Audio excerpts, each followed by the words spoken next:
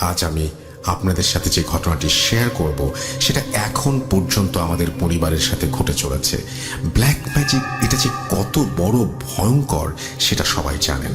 আমাদের পরিবারের সদস্য 4 জন, আম্মা, আব্বা, আমি আর আমার বড় বোন। আমাদের 4 জনকে করা হয়েছে অনেক বড় কালো জাদু। আমার আম্মু অনেক আগে থেকেই অসুস্থ বোধ করে, মাথা ঘোরে, বমি আসে, পেট ব্যথা করে, বিছানা থেকে উঠতে পারেন না। আমরা সাধারণ রোগ ভেবে তেমন কোনো পাত্তা দেইনি, অনেক ডাক্তার দেখিয়েছি, কিছুতেই কিছু হয়নি। এরপর এভাবেই দিন কাটতে লাগলো। কখনো ভাবিনি আমাদের জীবনে এত বড় ঘটনা ঘটতে থাকবে।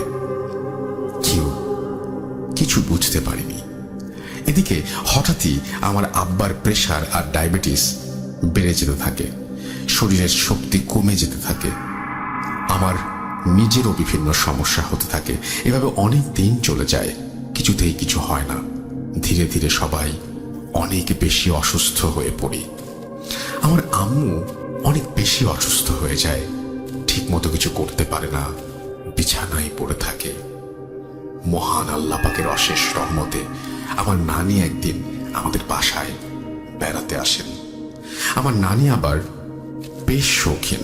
আমাদের বালিশ, কাঁথা আমার নানি নিজেই বানিয়ে দেন, ঠিক করে দেন আগের থেকেই।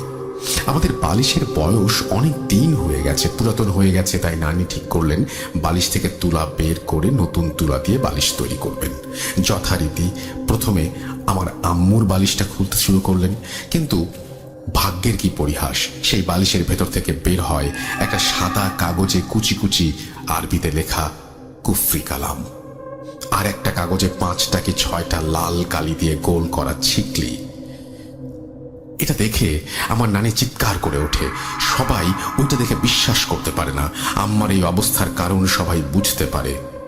এরপরও আরো ভয়ঙ্কর কিছু অপেক্ষা করছে যে ভাবতে পারিনি। সন্দেহ থাকাতে আস্তে আস্তে আমাদের বাসার সব বালিশই খোলা হয়। বিশ্বাস করেন, প্রত্যেকটা বালিশ থেকে বের হয় কুফরি কালাম। আমরা সবাই হতভম্ব হয়ে যাই। আমরা কখনো কারো ক্ষতি করিনি কোনোদিন, আমরা পরিশ্রম করে খাই, মধ্যবিত্ত পরিবার আমরা। এসব দেখে সবাই ভেঙে পড়ি, কান্নাকাটি করি। আমার আম্মু অজ্ঞান হয়ে যাওয়ার মতো অবস্থা হয়। আমার বালিশ থেকে পাওয়া যায় বিভিন্ন ছোট ছোট কাপড়ের টুকরা, আমার অনেক ছোটবেলার পুরনো গেঞ্জি, আর একটা কাপড়ের টুকরোতে পাওয়া যায় 1 চিমটি মাটি।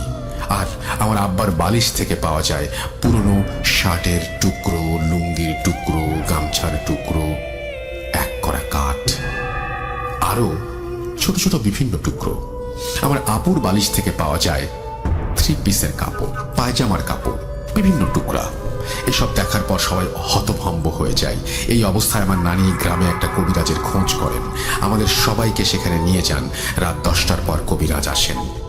সব কিছু দেখে কবিরাজ অবাক হয়ে যান, ভয় পেয়ে যান, আবার বলেন এগুলো খুব খারাপভাবে করা হয়েছে, সমাধান করতে সময় লাগবে, পুরোপুরি সমাধান হবেও না সেটা বলে দেন। দীর্ঘ 1 ঘন্টা ধরে কবিরাজ সব দেখে শুনে যা বলেন তা আজ পর্যন্ত আমি কখনো শুনিনি। 3টা চরিত্রের মানুষ দিয়ে এই কুফরি কালাম করা হয়েছে। 1 হচ্ছে হিন্দুতান্ত্রিক, 2 হচ্ছে জানোয়ার পালে যারা তাদের, এবং 3 হচ্ছে কোনো একজন মৌলানাকে দিয়ে। আমার আম্মু সব থেকে, আমার আম্মুই এই তাবিজের শিকার, একদম চিরতরে পাগল করে মেরে ফেলার জন্য। আমার আব্বাকে করা হয়েছে যেন আস্তে আস্তে দুর্বল হয়ে যায়, কাজ করে সংসার চালাতে না পারে, বিছানায় পড়ে যায় এই জন্য। আর আপুকে করা হয় আমার আপুর সংসার জীবন সুখী না হয় এই জন্য, অশান্তি যেন সবসময় লেগে থাকে। আর আমাকে করা হয় পড়াশোনা নষ্ট করার জন্য, সবসময় মাথা গরম রাখার জন্য, যেন আমি সবার সাথে খারাপ ব্যবহার করি। আর 1 চিমটি মাটির বিষয়ে বলেন এটা অবিবাহিত মেয়ের কবরের মাটি, যেন আমরা সবসময় হতাশায় থাকি। আমাদেরকে 3টা তাবিজ করা হয়েছিল, একটা নদীতে ভাসিয়ে দেওয়া হয়েছে, আর একটা শরীরে বসে গেছে, আর একটা এই মাটি। আমার আব্বার কথা শুনে আরো অবাক হলাম, মানুষ এত খারাপ হয় কিভাবে? আল্লাহ জাহান্নাম এদের জন্যই তৈরি করেছেন। আমার আব্বাকে করা হয়েছে 41 বার, কিন্তু আমার আব্বার শক্তির সাথে পেরে ওঠেনি, কারণ আমার আব্বা সবসময় পরিশ্রম করেন, লোহা হাতুড় এগুলো নিয়ে সবসময় কাজ করেন, এই জন্য বেশি কিছু করতে পারেনি। কিন্তু আমার আম্মাকে প্রায় শেষ করে দিয়েছিল, অর্ধেক পাগল হয়ে গিয়েছিলেন তিনি। আর বললেন এর আগে 3 বার আমার আম্মুকে বান মারা হয়েছিল, কিন্তু আমার আম্মা নিয়মিত নামাজ পড়তেন, কোরআন পড়তেন, এই জন্য তিনি এখনো বেঁচে আছেন। না হলে কি হতো আল্লাহ জানেন। আর আমার আপু শ্বশুর বাড়ি থেকে সেখানে থাকার কারণে বেশি সমস্যা করতে পারেনি, তবে একবার আমাদের বাসায় আসলে ওই বালিশে যদি সে মাথা রাখে, যেটিতে আমার আব্বার প্রচন্ড প্রেশার, ডায়াবেটিস বেড়ে দুর্বল হয়ে যায়। সবকিছু শুনে মাথায় আকাশ ভেঙে পড়ে। আম্মা, নানি সবাই কান্নাকাটি করতে শুরু করে, আল্লাহর কাছে বিচার দাবি করে। আমরা জীবনে কখনো কাউকে সামান্য ক্ষতিও করিনি, তাহলে কেন আমাদের পরিবারকে শেষ করে দিতে চাচ্ছে? ছোট ছোট টুকরোগুলো কবিরাজ এক জায়গায় করেন, সেগুলো হচ্ছে হিন্দু দেবতা কালী, হনুমান, দুর্গা, এদের উপমা করা হয় আমাদের কাপড় দিয়ে, আর কবরের মাটি কাউরা দিয়ে মানে জানোয়ার দিয়ে বেড়ায়। আর পরিশেষে কবিরাজ যে কথাটি বলে সেটা শোনার জন্য একদম প্রস্তুত ছিলাম না। কবিরাজ বলল এগুলো করেছে যে সে আমাদেরই কাছের মানুষ, সে একজন মহিলা। আর কোনো কিছুই কবিরাজ বলল না। আমরা কিছুই ভাবতে পারলাম না। কবিরাজ 3 দিন সময় নিল আর বলল সারা জীবনই এমন করে যাবে সেই নিকৃষ্ট মহিলা, আল্লাহকে ভরসা করে থাকতে হবে। 3 দিন পরে কবিরাজ সব কাটিয়ে দেন, পানি পড়া, তেল পড়া দেন, এবং করার সময় বিভিন্ন সমস্যা হয় এটাও বলেন। যথারীতি বাসায় এসে গভীর রাতে 2 জন মানুষ মিলে এটা করা হয়। মাটিতে কোপ দেওয়ার পরেই শুরু হয় বাধা, বড় হতে থাকে, আবার বারবার মানা করতে থাকে ওইটা না করার জন্য। কিন্তু কবিরাজের কথা মতো কাঠটা মাটিতে পোতা হয় ধীরে ধীরে, এবং সব আস্তে আস্তে ঠান্ডা হয়ে যায়। আর একটা তাবিজ বিছানায় রাখতে বলেন। সবকিছুই করা হয়, বিভিন্ন ঔষধ দেন, আর আমাদেরকে সতর্ক করে দেন যেন আল্লাহকে বেশি বেশি স্মরণ করতে থাকি। আলহামদুলিল্লাহ, তারপর থেকে এখন আমরা অনেক ভালো আছি, কিন্তু সমস্যাগুলো এখনো চলছে। আব্বা আম্মা দুজনেরই প্রেশার, ডায়াবেটিস, ওষুধ খেলে ভালো থাকে, আগের মতো আর নেই। আর আমারও মাঝে মাঝে সমস্যা হয়। কবিরাজ বলল এগুলো দীর্ঘদিন থাকবে। মহান আল্লাহ পাকের রহমতে আমরা এখনো বেঁচে আছি। আমাদের জীবনের চরম সত্য ঘটনা আর আপনাদের মাঝে শেয়ার করলাম। জানি না কোন অপরাধে আর কে আমাদের মারতে চাচ্ছে। আমাদের সবার জন্য আপনারা দোয়া করবেন, আল্লাহ যেন এই সব কুফরি কালাম থেকে সবাইকে হেফাজত করেন। আর ঘটনা সিলেক্ট হলে প্রচার করবেন, ভুল হলে ক্ষমা করবেন। আমি মোহাম্মদ মনিরুল যশোর থেকে বলছি। অনার্স ফার্স্ট ইয়ারে পড়াশোনা করছি যশোরের কোনো এক কলেজে। ভালো থাকবেন সবাই। আরও একটা ঘটনা আমার কাছে আছে, সময় করে পাঠিয়ে দেব। তো এই ছিল ঘটনা, এবং আশা করছি যে এই ঘটনাটি আপনাদের অনেক বেশি ভালো লেগেছে। আমি শুধু এটুকু বুঝলাম না, যখন আপনারা এই জিনিসটা বাসায় নিয়ে এসে যখন আপনারা কাজ করছিলেন, মাটি কুপাচ্ছিলেন বা এরকম যে ঘটনাগুলো আপনারা বলছিলেন, সেই সময় আপনাদেরকে যে বাধা দিচ্ছিল সেটা আসলে কে বাধা দিচ্ছিল, কিভাবে বাধা দিচ্ছিল, কোন কোন ধরনের বাধা পাচ্ছিলেন, সেটা যদি আরেকটু ডিটেইলে আমাদের বলতেন তাহলে আরও বেশি ভালো হতো, এবং সেটা নিশ্চয়ই আপনি একদিন ইমেল করে আমাদের জানিয়ে দেবেন। কুফরি কালাম করা, কালো জাদু বা ব্ল্যাক ম্যাজিক যেটাই বলি না কেন, সেটা করা একটা জঘন্য অপরাধ।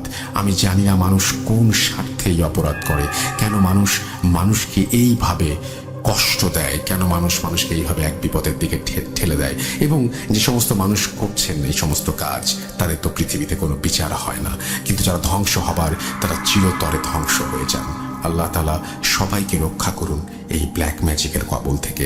আমরা চলে যাব আমাদের পরবর্তী ঘটনায়, তবে তার আগে আরও একবার জানিয়ে দেবো যেটা সবচেয়ে বেশি দরকার, সেটা হচ্ছে ইমেল অ্যাড্রেস russell.bhoot.com@gmail.com। আপনার নাম, ঠিকানা এবং ফোন নাম্বার সহ আপনার জীবনে ঘটে যাওয়া বা আপনার জানা সেরা ঘটনা লিখে পাঠিয়ে দেবেন আমাদের কাছে। ঘটনার শুরুতে অবশ্যই উল্লেখ করবেন যে ঘটনাটি আপনি স্টুডিওতে এসে শেয়ার করতে চান, নাকি আপনি চান আপনার ঘটনা আমরা পড়ে শোনাই। যারা দেশের বাইরে রয়েছেন তারা সরাসরি অডিও ক্লিপ পাঠাতে পারেন বা লিখেও পাঠাতে পারেন ঘটনাটি। আরেকটি কথা, 31 তারিখ হ্যালোইন উপলক্ষে একটা স্পেশাল এপিসোড করতে চাই। সেই স্পেশাল এপিসোডে আপনাদের ঘটনা পাঠাতে হবে, এবং সেই ঘটনাগুলো খুব দ্রুত আপনারা আমাদের পাঠিয়ে দিন। সেই ঘটনা নিয়ে আমরা একটা স্পেশাল এপিসোড করতে চাই। অবশ্যই অবশ্যই এই সপ্তাহের মধ্যে পাঠিয়ে দেবেন। আপনাদের সবাইকে আমন্ত্রণ জানাচ্ছি আমাদের পরের ঘটনায়, এবং আশা করছি পুরোটা সময় আমাদের সঙ্গে থাকবেন।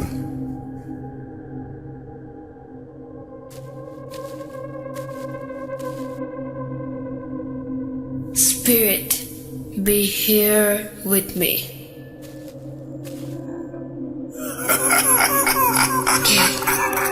কে তুমি? Bhoot.com. The fear returns with Russell.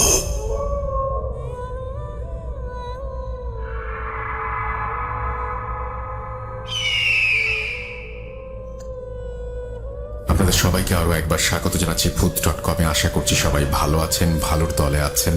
এবং ভূত.com-এ আপনারা যখন আমার সঙ্গে থাকেন, এই সময়টা আসলে খুব অদ্ভুত কাটে। এই সময়টা আমার জীবনের আপনি বলতে পারেন যে শ্রেষ্ঠ সময়। এবং আপনাদের যখন ঘটনা পাই, দারুণ দারুণ ঘটনা যখন আপনারা পাঠান, তখন আমার সবচেয়ে বেশি ভালো লাগার মুহূর্তগুলোর মধ্যে একটি।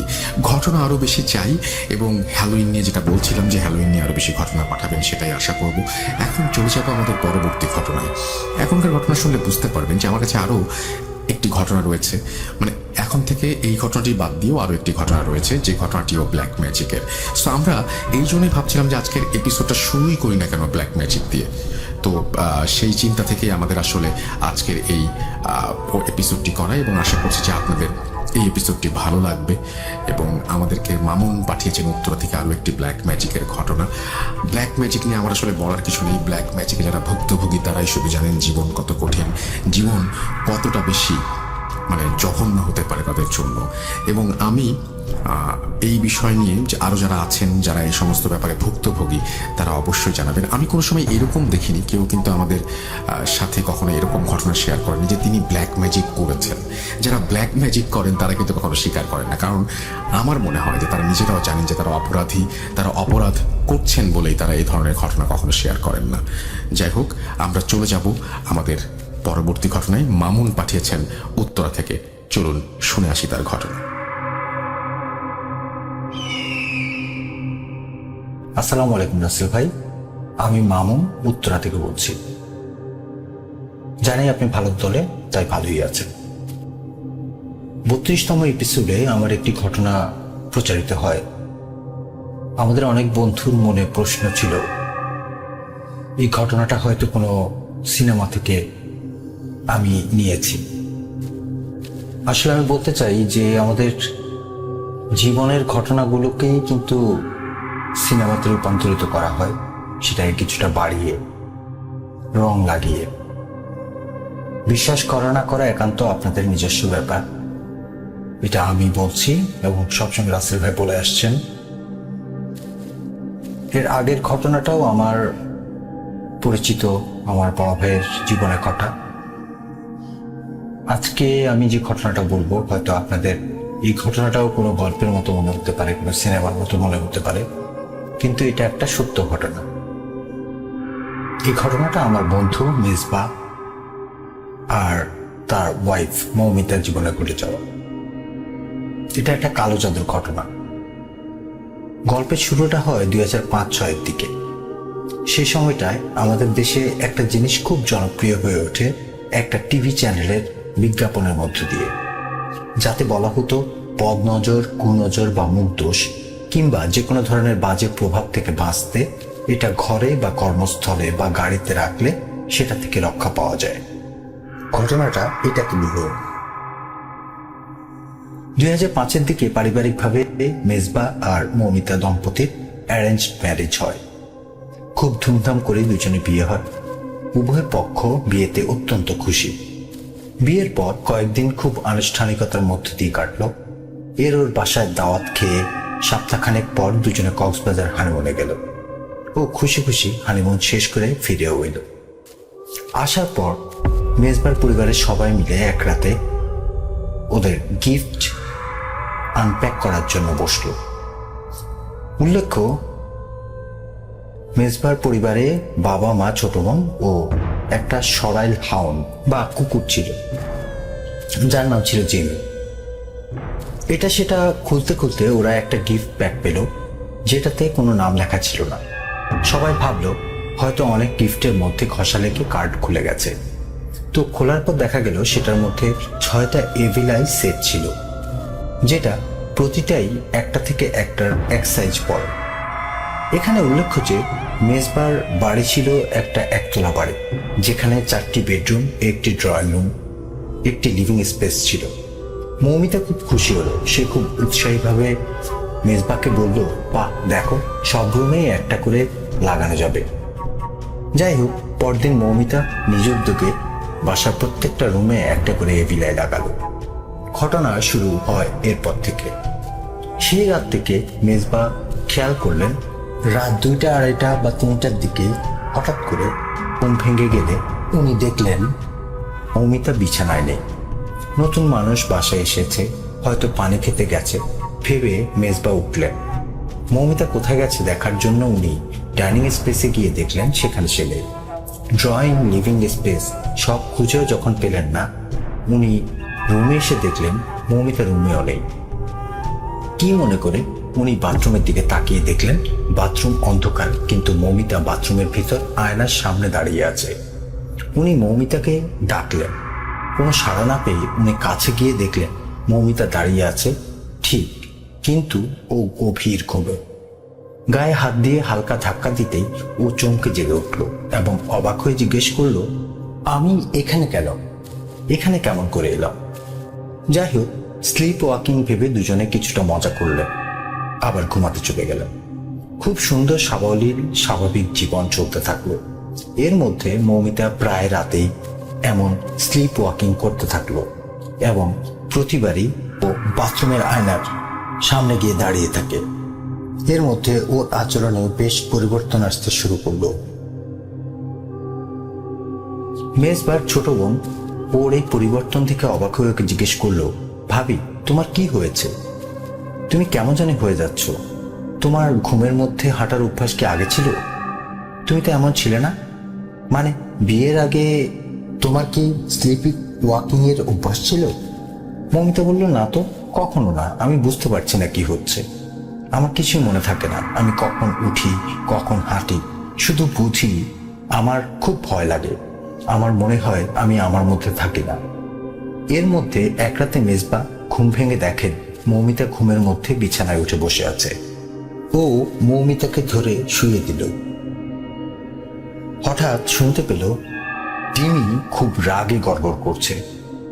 কুকুররা সাধারণত অপরিচিত কাউকে দেখে ভয় পেলে যেমন করে গড়গড় করে মন আওয়াজ করছে।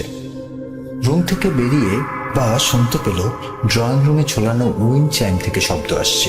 ও খুব অবাক হলো, কারণ মশার জন্য দরজা জানলা সব বন্ধ, তাই বাতাস ঢোকার কথা না, কিন্তু উইন্ড চাইম কেন বাজছে? যাই হোক, জিমি বাসার বারান্দায় থাকতো। সেখানে গিয়ে মেজবা দেখলো ওকে দেখে জিমি চুপ করে গেল। হঠাৎ ওনার মনে হলো কেমন যেন একটা গরম বাতাস একটা শব্দ করে ওনার পাশ দিয়ে গেল। উনি চমকে পাশে তাকিয়ে দেখেন কিছু নেই। মনের ভুল মনে করে উনি জিমিকে একটু আদর করে আবার ঘুমাতে চলে গেলেন। এই পর্যন্ত সব ঠিকঠাকই ছিল। ঘটনাটা ঘটলো এর পরের রাতে। প্রতি রাতের মতো সে রাতেও মৌমিতাকে না পেয়ে বাথরুমে গিয়ে মেজবা দেখলেন মৌমিতা দাঁড়িয়ে আছে। বিছানায় ফিরিয়ে আনার জন্য গায়ে হাত দেওয়ার সাথে সাথে মৌমিতা চোখ খুলে লাল লাল চোখে তার দিকে তাকালো আর চিৎকার করে বলতে লাগলো, তুই মরবি, তোর 14 গোষ্ঠী মরবে, তোকে আমি বাঁচতে দেব না। ওই সময় মৌমিতার গলা অনেক ভারী, কোনো পুরুষ মানুষের গলার মতো শোনাচ্ছিল। চিৎকার শুনে সবাই যখন ওনাদের রুমে ছুটে এলো, তারা দেখলো এসব বলেই মৌমিতা অজ্ঞান হয়ে পড়ে যাচ্ছে। মেজবা গিয়ে তাকে ধরে বিছানায় এনে শোয়ালো। মেজবার পরিবার সুপার ন্যাচারাল কোনো কিছু বা জিন এসবে বিশ্বাস করতো না, তাই পরদিন মেজবা মৌমিতাকে একজন সাইকোলজিস্ট এর কাছে নেওয়ার চিন্তা করলো ও অ্যাপয়েন্টমেন্ট করলেন। সেদিন রাত্রে ঘটলো একটা ভয়ঙ্কর ঘটনা। সেই রাতও মেজবা ঘুম থেকে জেগে দেখলো মৌমিতা নেই এবং বাথরুমে গিয়ে আবিষ্কার করলো মৌমিতা তার শেভিং রেজার দিয়ে হাত কেটে আয়নায় রক্ত দিয়ে একটা ওয়ার্ড লিখছে, যা দেখতে অনেকটা ইংরেজি এম এর মতো, তবে লেখার স্ট্রাকচারটা একটু ভিন্ন। এর মধ্যে মেজবার বড় মামা, যিনি সিলেট থাকেন এবং বেশ কামেল ও শিক্ষিত, যিনি অনেক বছর দেশের বাইরে ছিলেন, যেখানে তিনি একটা বিখ্যাত ইউনিভার্সিটির ইসলামিক স্টাডিজের লেকচারার ছিলেন, তিনি বেড়াতে এলেন। হুট করে তিনি কোনো খবর না দিয়ে আসাতে বাসার সবাই খুব অবাক হলো। জিজ্ঞেস করতে উনি বললেন, কাজ তো একটা আছে, তার আগে তোমরা বলো তোমরা কেমন আছো। সবাই বলল, ভালো আছি। হঠাৎ তিনি মৌমিতার দিকে তাকিয়ে প্রশ্ন করলেন, মা তুমি কেমন আছো? আমি বিয়েতে আসতে পারিনি, শরীরটা খারাপ ছিল, কিন্তু তোমার জন্যই এই শরীর খারাপ নিয়েও আসতে হলো। পরিচয় না থাকলেও মৌমিতার মামাকে খুব আপন লাগলো। ও হঠাৎ করে কান্না করে উঠল। মামা সস্নেহে ওর মাথায় হাত বুলিয়ে বলল, মা ভয় পেও না, ইনশাআল্লাহ আল্লাহর ইচ্ছায় সব ঠিক হয়ে যাবে। তারপর তিনি মেজবার দিকে তাকিয়ে বললেন, বাবা তুমি আমার সাথে এসো, তোমার সাথে আমার কিছু কথা আছে। তারপর উনি মেজবাকে নিয়ে মেজবার রুমে যেতে বললেন। তারপর মেজবাকে উনি যা বললেন, মেজবা খুব অবাক হয়ে গেল। উনি বললেন, দেখো বাবা, তোমাদের বাসায় তোমার আর মৌমিতার সাথে কিছু একটা করতে যাচ্ছে। আমি স্বপ্নে তার ইঙ্গিত পেয়েছি, তাই দেরি না করে আমি ছুটে এসেছি। সময় অনেক কম, তুমি আমাকে সব খুলে বলো, বাসায় কিছু অস্বাভাবিক ঘটছে কি? মেজবা খুব অবাক হলেও সবকিছু খুলে বলল। সব শুনে মামাকে খুব চিন্তিত দেখালো। উনি পুরো ঘরটা ঘুরে বাথরুমের সেই আয়নার সামনে গিয়ে দাঁড়ালেন। তারপর বেরিয়ে এসে মেজবাকে বললেন, বাবা তুমি যে বললা মৌমিতা আয়নায় কিছু একটা লিখেছে, দেখি তুমি আমাকে একটা কাগজে তা লিখে দেখাও তো। তিনি যখন এঁকে দেখালেন, মামা খুব চিন্তিত মুখে কাগজটার দিকে তাকিয়ে বললেন, বাবা এটা এম না, এটা আরবিতে আট, যাকে আরবিতে বলে থ্যামেনিয়া। আর এখানে আছে দুটো আট, আর 88 হলো জিনের নাম্বার। আমাদের পবিত্র কোরআন শরীফে 88 বার শয়তানের উল্লেখ আছে, আর শয়তান জিনের 88 রকমের উপজাতি আছে। কোরআন শরীফের 88 নম্বর সূরা আল গাশিয়া, যার আরবি গাশিয়া শব্দের অনেক অর্থের একটি, কিয়ামত দিবসের প্রাদুর্ভাব। আর 88 আরবি হরফটি শয়তানের সিলমোহর, আর এটা সেখানেই থাকে যেখানে শয়তান জিনেরা তার রাজত্ব প্রতিষ্ঠা করতে চায়। যেমন হিটলারের প্রিয় সংখ্যা ছিল 88, এবং সে সম্পূর্ণভাবে শয়তানের প্রভাবে প্রভাবিত ছিল, সেটা আমরা সবাই জানি। আর এই 88 সংখ্যাটা এভাবেই শয়তানের পূজারীরা যখন কালো জাদু করে তখন লিখে থাকে। আর শয়তানের প্রভাবেই মনে jealousy, disorder of behaviours or health, বিপদ চর্চা, কালো জাদু মানুষের মধ্যে চর্চা হয়ে থাকে। আর এগুলোর মধ্যে দুষ্ট জিন আমাদের উপর আরো বেশি করে প্রভাব বিস্তার করতে পারে। আমার মনে হয় এগুলো কেউ মৌমিতার উপর কালো জাদু করেছে। এরপর তিনি আয়নাটার চারপাশে হাত দিয়ে কিছু একটা খুঁজতে শুরু করলেন। কিছু না পেয়ে উনি আয়নাটার চারধারে যে ক্লিপ আটকানো ছিল তা খুলে ফেলতে ফেলতে একটা প্লাস্টিকের প্যাকেট, একটা ভাঁজ করা পুরনো কাগজের পুটলি বেসিনের উপর পড়ল। মেজবা চূড়ান্ত পর্যায়ের অবাক হয়ে এসব দেখতে লাগলো। উনি কাগজটা নিয়ে রুমে বেরিয়ে আসলেন ও মাটিতে বিছিয়ে দিলেন। দেখা গেল সেখানে কিছু হিব্রু ভাষায় লেখা ও শয়তানের সেই ছাগলের শিংওয়ালা বিখ্যাত মূর্তিটা, সেটার ছবি আঁকা ও কিছু নকশা আঁকা। অবাক করা বিষয় হলো এখানেও 6টা চোখের ছবি আঁকা বিভিন্ন কোণায়, এবং মাঝখানে মেজবা আর মৌমিতার নাম লেখা, এবং একটা ফুলের টবের প্রতিকৃতি আঁকা। প্রতিকৃতিটি দেখিয়ে মামা বলল, এমন টব কি বাসায় আছে? মেজবার ছোট বোন চিৎকার করে বলল, এটা তো আমাদের বারান্দায় রাখা ফুলের টব। মামা বললেন, চলো আমাকে দেখাও। মামা সেখানে গিয়ে বিসমিল্লাহ বলে টবের গাছ তুলে টবের ভেতর হাত ঢুকিয়ে দিয়ে একটা পুটলি বের করে আনলো, যেটা দেখা গেল একটা ঘোড়ার নাল, দুটো গরু বা ছাগলের চোখ যেটায় রক্ত শুকিয়ে জমে আছে, মৌমিতার চুল, নখ, 2টা কাপড়ের পুতুল। মামা একটা ব্লেড চাইলেন। এরপর ব্লেড দিয়ে পুতুল দুটোকে চিড়ে ফেলতেই আরো 2টো প্লাস্টিক মোড়া কাগজের পুটলি বেরিয়ে এলো। ওই দুটো খুলতে দেখা গেল একটা হাতের ছাপের মধ্যে একটা চোখ আঁকা, এবং একটার মধ্যে মেজবা ও একটার মধ্যে মৌমিতার নাম লেখা। হঠাৎ করে মামা উঠে দাঁড়ালেন এবং মেজবার রুমের দিকে গিয়ে যেখানে সেই চোখটা ঝোলানো ছিল সেটা দেখিয়ে বললেন, এটা এখানে কে ঝুলিয়েছে, আর এটা কবে থেকে এখানে আছে?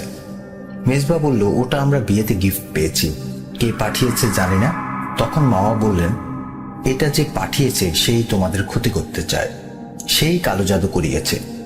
আয়না, ফুলের টব সবই এই এভিল আয়ের সাথে কানেক্টেড। এই জাদুর নাম হামসা। এই জাদু কাউকে পাগল বা উন্মাদ করার জন্য করা হয়।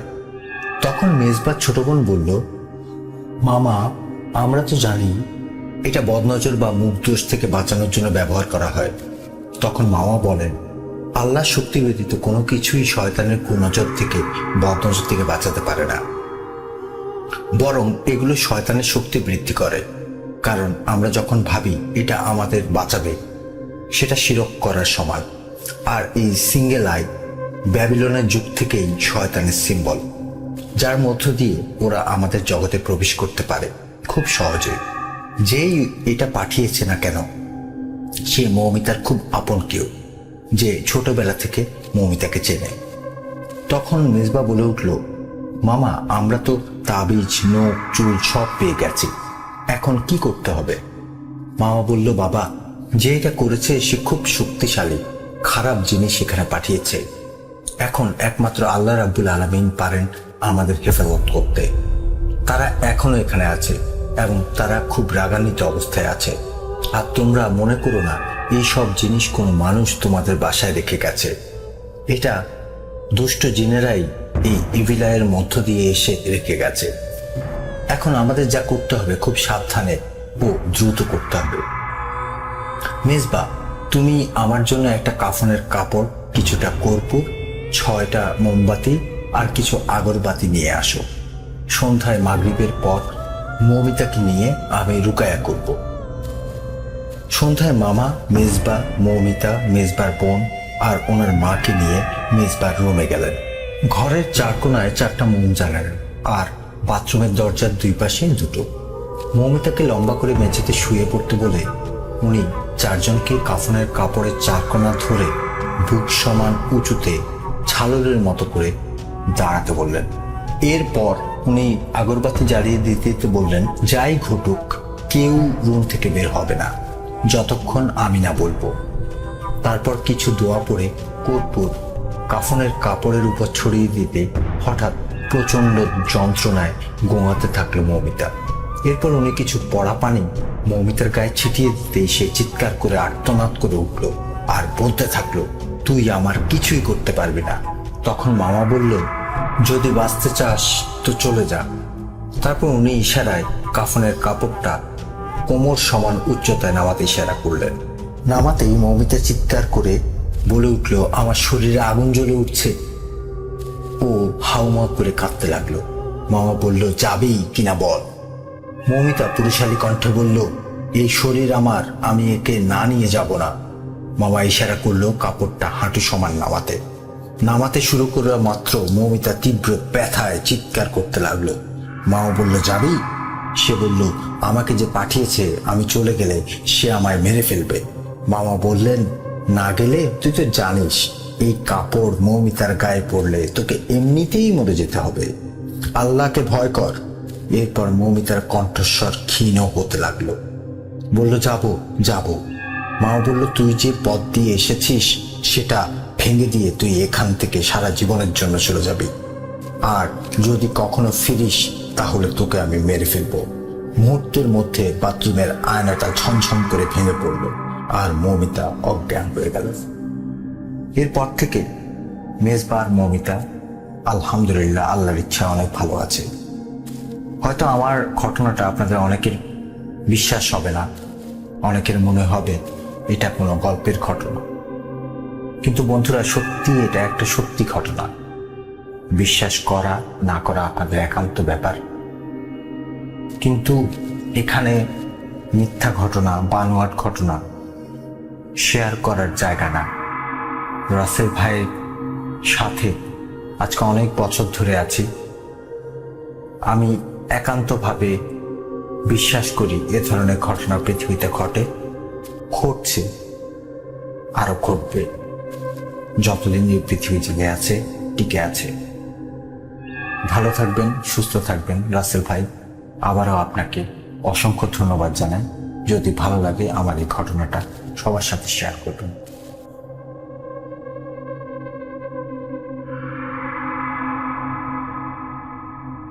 Spirit, be here with me.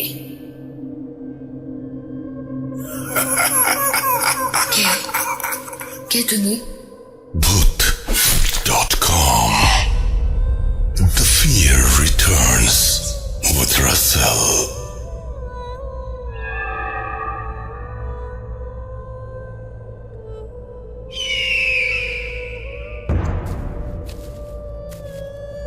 কিছু কিছু ঘটনা এত অদ্ভুত যে আমরা সন্দেহ প্রকাশ করি। আমরা ভাবি যে এই ঘটনাটিকে আসলে সত্যি, এমন কি হতে পারে। কিন্তু আমি সবসময় যে কথাটা বলি, এখনো সেটাই বলবো, যে বিশ্বাস করা বা না করাটা কমপ্লিটলি আপনার ব্যাপার। এতগুলো মানুষের সাথে যখন একই ধরনের ঘটনা ঘটে, তখন সেটা বিশ্বাস না করেই বা উপায় কি বলুন। ব্ল্যাক ম্যাজিক এক চরম সত্য, যা মানুষকে নানাভাবে অসুস্থ করে দেয়, জীবন থেকে পঙ্গু করে দেয়, এবং এটা একটা অভিশাপ বলতে পারেন। কিন্তু এটার জন্য যারা দায়ী, তাদের কি কিছু হয় এই ইহকালে? আমরা জানি হয়, কিছুটা তো হয়। এতগুলো মানুষের যে ঘৃণা, সেই ঘৃণা নিয়ে তিনি বেঁচে থাকেন। তিনি জানেন তিনি একজন জঘন্য অপরাধী। আমরা যারা ভূত.com-এর সাথে সংশ্লিষ্ট, সম্পৃক্ত, আমরা যারা লিসেনার, যারা ঘটনা পাঠাই, তারা নিশ্চয়ই এরকম কোনো কাজ করবেন না। আপনাদের মধ্যে এমন কেউ কি আছেন যিনি ভুল করে এই পথে পা বাড়িয়েছিলেন এবং তারপরে সেই জঘন্য পরিণতির কারণে আপনার নিজের জীবনে হয়তো কোনো অশান্তি নেমে এসছে বা খারাপ কিছু হয়েছে, এখন আপনি সাফার করছেন, বা এখন আপনি বুঝতে পারেন যে যা করেছেন ভুল করেছেন, আপনার এখন অনুশোচনা হয়? তাহলে শেয়ার করুন এবং আমাদের জানিয়ে দিন যে কোন ধরনের প্রবলেম আপনি এখন ফেস করছেন এবং কেন আপনি এখন অনুশোচনায় ভুগছেন। তাহলে যেটা হবে, অনেক মানুষ হয়তো এই পথ থেকে সরে আসবে। আপনার ঘটনা জানার পরে কেউ হয়তো এই পথে পা বাড়াবে না। আপনার যে বিপদ, সেই বিপদ হয়তো তার জন্য এক ধরনের সাবধান বার্তা হয়ে আসবে, এবং তিনি আর কখনো চাইবেন না কারো ক্ষতি করতে বা ব্ল্যাক ম্যাজিক নিয়ে চর্চা করতে। আপনি পাঠিয়ে দিন। আমাদের ইমেল অ্যাড্রেস হচ্ছে russell.booth.com@gmail.com। আপনার নাম, ঠিকানা এবং ফোন নাম্বার সহ আপনার জীবনে ঘটে যাওয়া বা আপনার জানা সেরা ঘটনা লিখে পাঠান আমাদেরকে। ঘটনার শুরুতে অবশ্যই উল্লেখ করুন যে ঘটনাটি আপনি স্টুডিওতে এসে শেয়ার করতে চান, নাকি আপনি চান আপনার ঘটনা আমরা পড়ে শোনাই। যারা দেশের বাইরে আছেন তারা সরাসরি অডিও ক্লিপ পাঠাতে পারেন বা লিখেও পাঠাতে পারেন ঘটনাটি। এটা কমপ্লিটলি আপনার ব্যাপার, এবং আশা করছি যে আপনি ঘটনা পাঠাবেন। আমরা অপেক্ষায় থাকলাম আপনার ঘটনায়। আমরা চলে যাব আরও একটি ব্ল্যাক ম্যাজিকের ঘটনায়। আশা করছি যে এই ঘটনাটিও শুনে আপনারা শিহরিত হবেন, আনন্দিত হবেন, ঠিক একই সাথে ডিসিশন নেবেন যে না, এইরকম কোনো কিছু আমি কখনো করব না। চলুন শুনে আসি আমাদের পরবর্তী ঘটনা। হ্যালো রাসেল ভাই, আশা করি ভালো আছেন। আমি গাজীপুর থেকে বলছি। আমি আমার নামটা ব্যক্তিগত কারণে শেয়ার করতে পারছি না, ওই জন্য দুঃখিত। আমি 2011 সাল থেকে ভূত এফএম শুনে আসছি। ভূত এফএমের প্রথম নামটা শোনা আমার প্রাইভেট টিচারের কাছ থেকে। যখন আমি আমার এসএসসি পরীক্ষার জন্য প্রাইভেট পড়েছিলাম টিচারের কাছে, তখন তিনি আমাকে ফার্স্ট ভূত এফএমের কথা বলে। আমি ওইখান থেকেই ভূত এফএমের কথা শোনা এবং ভূত এফএমের প্রতিটা এপিসোড ওইখান থেকে আমি শুনে আসছি। যদিও কখনো কখনো মিস হয়ে গেছে, ওগুলো আমি ডাউনলোড করে শুনে নিচ্ছি। আর এত বছরের ভিতরে শুধু ভূত এফএম শুনেই আসছি, কিন্তু কখনো ঘটনা পাঠানো হয় নাই। তো আজ পাঠাচ্ছি। ঘটনাটা একদম আমার নিজের সাথে ঘটা। ওটা আমার স্কুল জীবনের কাহিনী। ঠিক আছে রাসেল ভাই, আমি সরাসরি ঘটনায় চলে যাচ্ছি। আমি এবং আমার বাড়ির পাশে আমার এক ফ্রেন্ড ছিল। ফ্রেন্ড এবং ভাইও বলা চলে, যেহেতু আমরা পাশাপাশি বাড়ি ছিল। ফ্রেন্ড এবং ভাই, আমরা দুজনেই একই স্কুলে পড়তাম, একই ক্লাসে। তো আমাদের মধ্যে একটা কন্টেস্ট চলতো, লেখাপড়া হোক, খেলাধুলা হোক, সব বিষয়, যে কিভাবে ওকে আমি হারাবো, আমি জিতবো। লেখাপড়া হোক, খেলাধুলা হোক, সব বিষয়। তো যতই কন্টেস্ট হোক, ও আসলে আমার সাথে কখনো পেরে উঠতে পারে নাই। কিন্তু জানি না ওইটাই কি আমার জীবনের সত্যিকার ভুল ছিল কি না জানি না। তো সে আমি একই স্কুলে পড়তাম, স্কুলে যেতাম, স্কুল থেকে আসতাম, স্কুল থেকে আসার পরে ওর সাথে আমার মিলামেশা ছিল। তো এভাবেই দিনকাল চলতে চলতে লাগলো। হঠাৎ করে আমি একদিন শুয়েছি রাত্রেবেলা, আমার ঘুম ভেঙে গেল। তখন আমার কাছে মোবাইল টোবাইল কিছু ছিল না, তখন আমি মোবাইল ইউজ করি না। তো আমি হঠাৎ করে দেখতে পারলাম যে আমার ঘরের ওই পাশে লাইট জ্বলছে একটা বাতি। আমি হঠাৎ করে বললাম যে এখানে লাইট জ্বলছে কেন? ভাবলাম হয়তো আমার বাবা অনেক রাজ্যে কাজ করতো, আমি ভাবছি হয়তো বাবা ওখানে কাজ করছে। কিন্তু আমি ওখানে একটা ছায়া দেখতে পেলাম। ছায়াটা কী করছে, মানুষ সিগারেট খায় না, এভাবে সিগারেটের মতো খাচ্ছে এবং অবিরতন তার মুখ থেকে ধোঁয়া বেরোচ্ছে, ধোঁয়া। আমি তখন ভয়ে, আমার পাশে বাবা ছিল, মা ছিল, আমি কে ছিল আমি অতটা খেয়াল করি নাই, আসলে আমার সাহস হয় নাই যে আমি ওদেরকে ডাক দেবো। যাই হোক, তখন আমি আস্তে আস্তে ঘুমিয়ে পড়ি। পরে ঘটনাটা আমি আমার পরের দিন সকালে মায়ের কাছে শেয়ার করি। মা বলে, কই না তো, লাইট তো ছিল না, আর তোর বাবা তো শুয়েই ছিল, কেউ ছিল না। যাই হোক, এটা ছিল প্রথম দিনের ঘটনা। দ্বিতীয় দিন আমি একটা গাছে উঠলাম আম পাড়তে। আম পাড়ার ওঠার পরে মনে হলো কে যেন আমাকে ধাক্কা মেরে ফেলে দেবে, এরকম অবস্থা। আমি বললাম এরকম কেন হচ্ছে? তারপর আমি ভয়ে গাছ থেকে নেমে গেলাম। মা বলতো যে বাবা দুপুরবেলা গাছে উঠিস না, দুপুরবেলা অনেক সমস্যা হয়। তো আমি ওই ভয়ে গাছ থেকে নেমে গেলাম। তারপর দেখা গেল আমি নদীতে নামলাম সাঁতার কাটতে। ওইখানে মনে হতো কে যেন আমার পা ধরে টেনে নিয়ে যাবে, এরকম। তো দিন যাচ্ছে, এইসব সমস্যাগুলো আমার দিন দিন আরো বৃদ্ধি পাচ্ছে, দিন যাচ্ছে সমস্যাগুলো বৃদ্ধি পাচ্ছে। আমি ঘুমিয়ে আছি, যখন আমার চোখটা বন্ধ হয়ে আসবে মনে হচ্ছে কে যেন আমাকে একদম পা ধরে টেনে হিসতে যেন কি নিয়ে যাচ্ছে। তো যখন আমার ঘুম ভেঙে যায় সমস্যা হয় না, যখনই চোখ বুঝবো তখন এই সমস্যাটা হয়। তাছাড়া যখন আমি চোখ বুঝবো মনে হচ্ছে আমি যেন কোথায় পড়ে যাচ্ছি, একদম আমাকে মনে হচ্ছে যেন কিছু থেকে অনেক তলা কিছুর উপর থেকে আমাকে ছেড়ে দেওয়া হয়েছে, আমি নিচে পড়ে যাচ্ছি। হঠাৎ করে ফাল দিয়ে লাফ দিয়ে আমি ঘুম থেকে উঠে যাই। এভাবে দিন চলতে লাগলো। এই সমস্যাগুলো প্রতিনিয়ত প্রতিনিয়ত প্রতিনিয়ত হতে যাচ্ছে। সামনে আমার পরীক্ষা ছিল, আমার পরীক্ষা একদমই লেখাপড়ায় মন বসতো না, আমি কোনোভাবেই আমার পড়াশোনায় মন বসতে পারছি না। এই সময় সমস্যাগুলো দিন দিন আমাকে ঘিরে ধরতে লাগলো এবং আমি এক সময় অনেক অসুস্থ হয়ে পড়ি। তো আমার মা বাবা আমাকে ডাক্তারের কাছে নিয়ে গেল। ডাক্তারের কাছে নিয়ে যাওয়ার পর ডাক্তার বললো যে না, আসলে ওনার তো কোনো সমস্যা হয় নাই, হয়তো রাত্রেবেলা ঘুমাতে পারে না, ঠিকমতো খেতে পারে না, এই কারণে সমস্যা হলো। কিছু ওষুধ লিখে দিল, তারপর আমি বাড়ি চলে আসলাম। কিন্তু দিন যাচ্ছে, সমস্যা বেরিয়ে যাচ্ছে, সমস্যা বেরিয়ে যাচ্ছে। তো আমার পাশের এক কাকি ছিল, তারপরে সে আমার মাকে এসে বললো যে আসলে ডাক্তার যখন কাজ হচ্ছে না, ওকে একটা কবিতা দেখা। আমার পাশের বাড়িতেই আমার সম্পর্কে দাদু হয়, আমার একজন কাকি আছে, ওই কাকির বাবা। তো উনি আসছেন, উনি কবিরাজ। সবাই মানে আমার মা বাবা সবাই গিয়ে ওনাকে সব ঘটনা খুলে বলল। তারপর উনি আমাদের বাড়িতে আসলেন এবং আমাকে দেখলেন। তিনি দেখেই বুঝতে পারলেন যে আমাকে ব্ল্যাকমেইল করা হয়েছে। তো তিনি বললেন যে আমার কিছু সময় দরকার, কে করেছে বা কারা করেছে সবই আমি বলতে পারবো, আমার একটু সময় দরকার। তো তারপর তিনি চলে গেলেন। পরের দিন রাত 9টার দিকে তিনি আসলেন আমাদের বাড়িতে।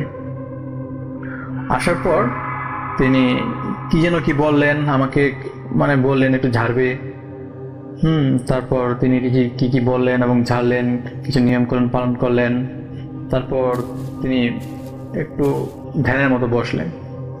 বসার পরে কিছুক্ষণ পরে তিনি উঠে বললেন যে আমাকে ব্ল্যাক ম্যাজিক করা হয়েছে এবং কে করেছে সেও তিনি বুঝতে পেরেছেন। তিনি বললেন একটা তাবিজ রাখা হয়েছে আমার, যে আমি যেখানে ঘুমাই ওই বালিশের ভেতরে। কিন্তু রাসেল ভাই, বালিশ তো সেলাই করা ছিল, ওটার ভিতরে কিভাবে তাবিজ গেল ওটা আমি বুঝতে পারলাম না। তারপর তিনি বললেন আসলে এটা জিন দ্বারা চালান করা হয়েছে। এছাড়া আরেকটা তাবিজ করা হয়েছিল আমাদের উঠানের মাঝখানে, যেখান থেকে আমি যখন ঘুম থেকে ওঠার পরে যখন বের হই, এবং ওই তাবিজের উপরেই, যেখানে তাবিজটা পোতা রয়েছে ওর উপরেই পা দিয়ে আমাকে যেতে হতো। এবং এই কারণেই সমস্যা দিন দিন দিন দিন আমার বাড়তে লাগলো। তারপর তিনি বললেন যে আসলে ব্ল্যাক ম্যাজিকটা অনেক কাছের লগে করেছে। কে করেছে তিনি আমাদের সব বললেন এবং বললেন যে দেখুন, আপনারা দুইজন পাশাপাশি লোক, কোনো ঝামেলার সৃষ্টি করবেন না, আর এতে কিন্তু নির্দিষ্ট কোনো প্রমাণ নেই যে ওনারাই করেছেন। ঠিক আছে, আমি জানি, আপনারা জানেন, আপনাদেরকে আমি বললাম, কিন্তু আসলে ওর আইনগত কোন ব্যবস্থা নিতে পারবেন না। তো এই বিষয়ে না জানাই ভালো। তবে আমি ওর পর থেকে ওই সমস্যাগুলো আমার দিন দিন সমাধান হতে শুরু করলো। কিন্তু একটা ক্ষতি আমার হয়ে গেল, ওর পর থেকে আমার আসলে কখনো পড়াশোনায় মন বসে নাই। আমি অনেক চেষ্টা করেছি, বাট আমি কোনোভাবেই পড়াশোনায় বসতে পারিনি। শুধু ওই আমার ফ্রেন্ড ছিল, ওনার মা আসলে রাসেল ভাই আমাকে এই তাবিজটা করেছিল। ওনারাও আসলে ওই তাবিজটা করার পরে সুখে নাই, ওনারা বিভিন্ন দায় দেনায় অভুক্ত হয়ে দিন যাচ্ছে তাদের। এই ছিল ভাই রাসেল ভাই আমার ঘটনা। আমার কাছে আরো অনেক ঘটনা আছে, যদি এটা শেয়ার করেন তাহলে আশা করি নেক্সট ঘটনাগুলো পাঠাবো। ভূত.com দীর্ঘজীবী হোক। Bye. Spirit. Spirit, be here with me.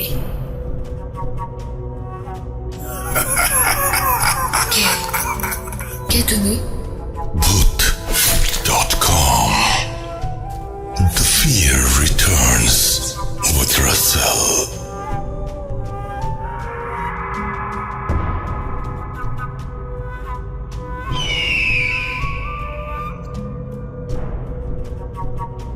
আপনাদের সবাইকে আরো একবার সাদর আমন্ত্রণ জানাচ্ছি। আমি রাসেল। আশা করছি আপনারা সবাই ভালো আছেন এবং ভালোর দলে আছেন। আমি আজকে এই মুহূর্তে এখন যে ঘটনাটি শেয়ার করতে চাই সেটি একটি মোমবাতিকে নিয়ে। খুবই অদ্ভুত লাগছে না যে মোমবাতির সাথে আবার কি সম্পর্ক? হ্যাঁ, আমারও খুব অবাক লেগেছিল, কিন্তু আমি বলবো যে ঘটনাটি ধৈর্য নিয়ে শুনুন এবং আশা করছি যে ঘটনাটি শুনলে আপনারও ভালো লাগবে। আমি চেষ্টা করব এরপরে আরও একটি ঘটনা আপনাদের পড়ে শোনাতে। ইন দ্য মিন টাইম আপনারা ভিজিট করুন আমাদের ফেসবুক পেজে www.facebook.com/russell.স্বাধীন। আমাদেরকে ইমেল করতে হলে আমাদের ইমেল অ্যাড্রেস হচ্ছে russell.bhoot.com@gmail.com। আপনার নাম, ঠিকানা এবং ফোন নাম্বার সহ আপনার জীবনে ঘটে যাওয়া বা আপনার জানা সেরা ঘটনা লিখে পাঠিয়ে দিন আমাদের কাছে। ঘটনার শুরুতে অবশ্যই উল্লেখ করুন যে ঘটনাটি আপনি স্টুডিওতে এসে শেয়ার করতে চান, নাকি আপনি চান আপনার ঘটনা আমরা পড়ে শোনাই। যারা দেশের বাইরে রয়েছেন তারা সরাসরি অডিও ক্লিপ পাঠান বা লিখেও পাঠান ঘটনাটি।